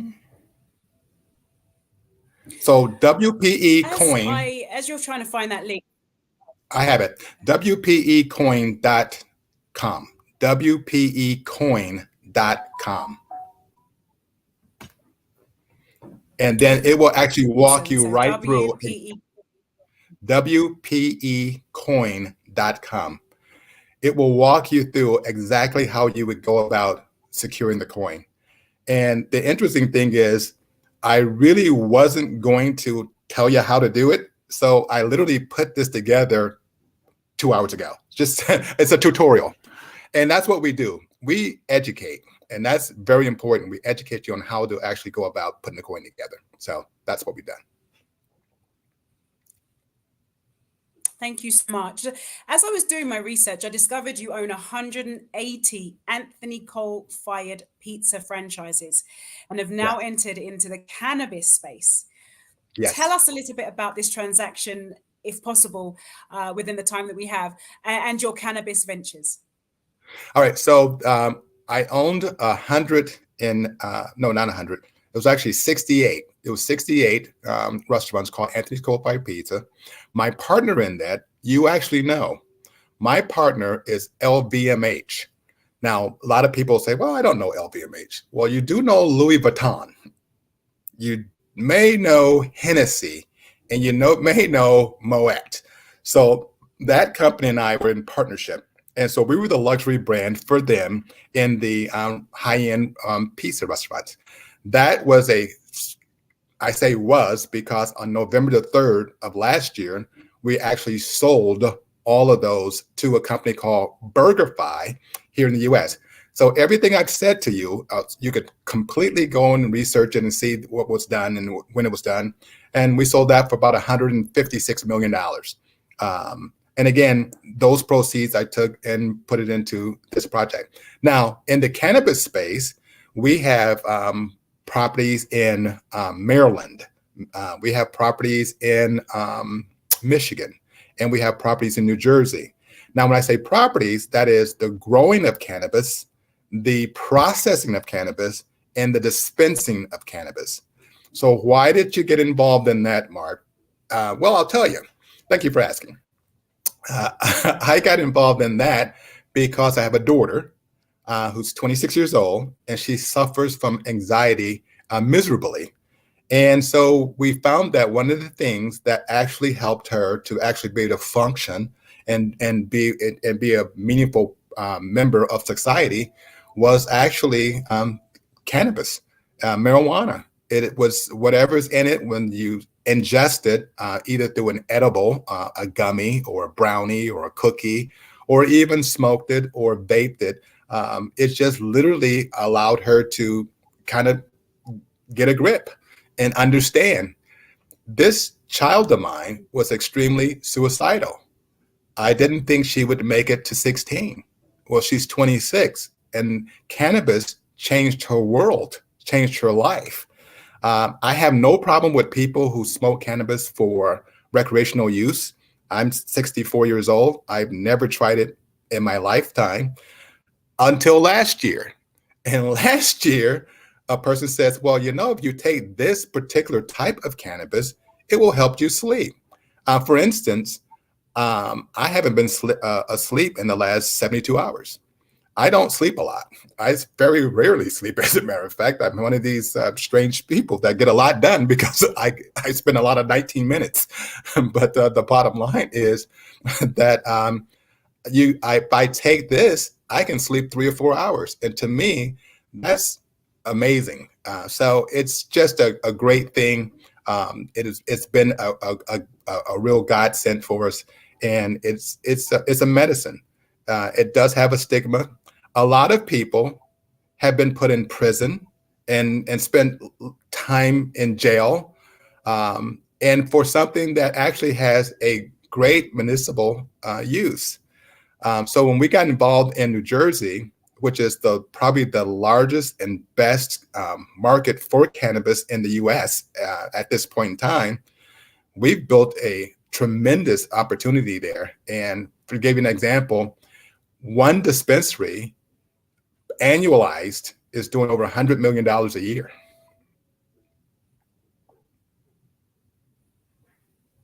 Wow. Mark, I am sorry to say, but our fire chat side, the time has run out. I'm like, no, I want to hear so much more from you. Tell us how our listening audience, how can our listening audience contact you and get more information or get Yeah. involved in this global community you've created? Oh, I would love to get them involved in all the projects that I'm involved in. They can reach me directly at Mark, M-A-R-K, Anthony, A-N-T-H-O-N-Y, Cook, C-O-O-K, at Opus, O-P-E-S .O-N-E. Mark Anthony Cook at opus.one. And it'll come directly to me, and then I will respond to whomever reaches out. It is really important that we actually act, not just think, not just see, but we have to be in the doing business. And I look forward to speaking and interacting with as many people as possible. And you've been a delightful host for this thing. I really appreciate you. Made it very easy, and it's been a lot of fun. Thank you. Absolutely, and I've learned so much. I think I can tick my 19 minutes off. Thank you for coming and sharing your expertise. Thank you for coming for sharing your expertise on expertise, shall I say, on the show. Thank you, and thank you for having me. The Black Business Expo's mission is to raise funds for high school seniors going to college or K-12 entrepreneurs. This expo is a fundraiser for students. So you may go to www.blackbusinessexpousa.com to donate to the scholarship fund, or use the Cash App that's on the screen below, or should be, that is $BBXUSA. Again, that's $BBXUSA. Our goal is to give up to $5,000 to 10 students. So students, go ahead and register online at www.blackbusinessexpousa.com. Every dollar counts. So we want to remind you to donate to the scholarship fund.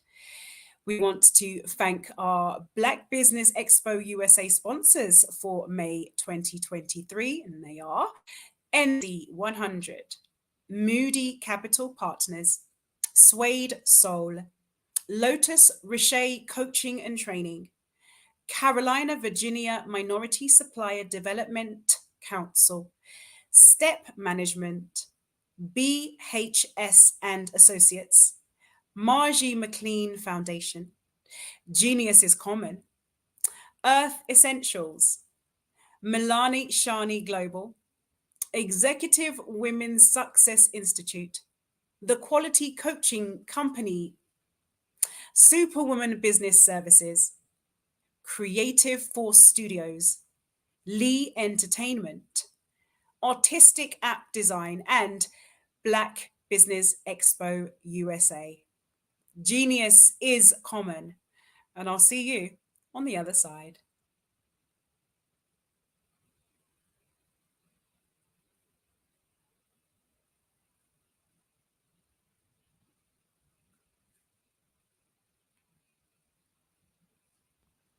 Genius is common. And my genius is nutritional strategy. I am Shawnee Smith, the owner and creator of Can Do Spice. Can Do Spice was created because I knew that adding herbal and mineral supplements to my diet did not have to be boring. In fact, because I'm a food enthusiast, I knew I could create something flavorful and explosive that also had the benefit of adding herbal supplements such as sea moss, bladderwrack, burdock root, and black seed, just to name a few. I invite you to take this journey with me where we come together and take control of our nutritional health. It is my way of sharing my genius, the gift of flavor and the healing power of herbs to the world. What is your genius?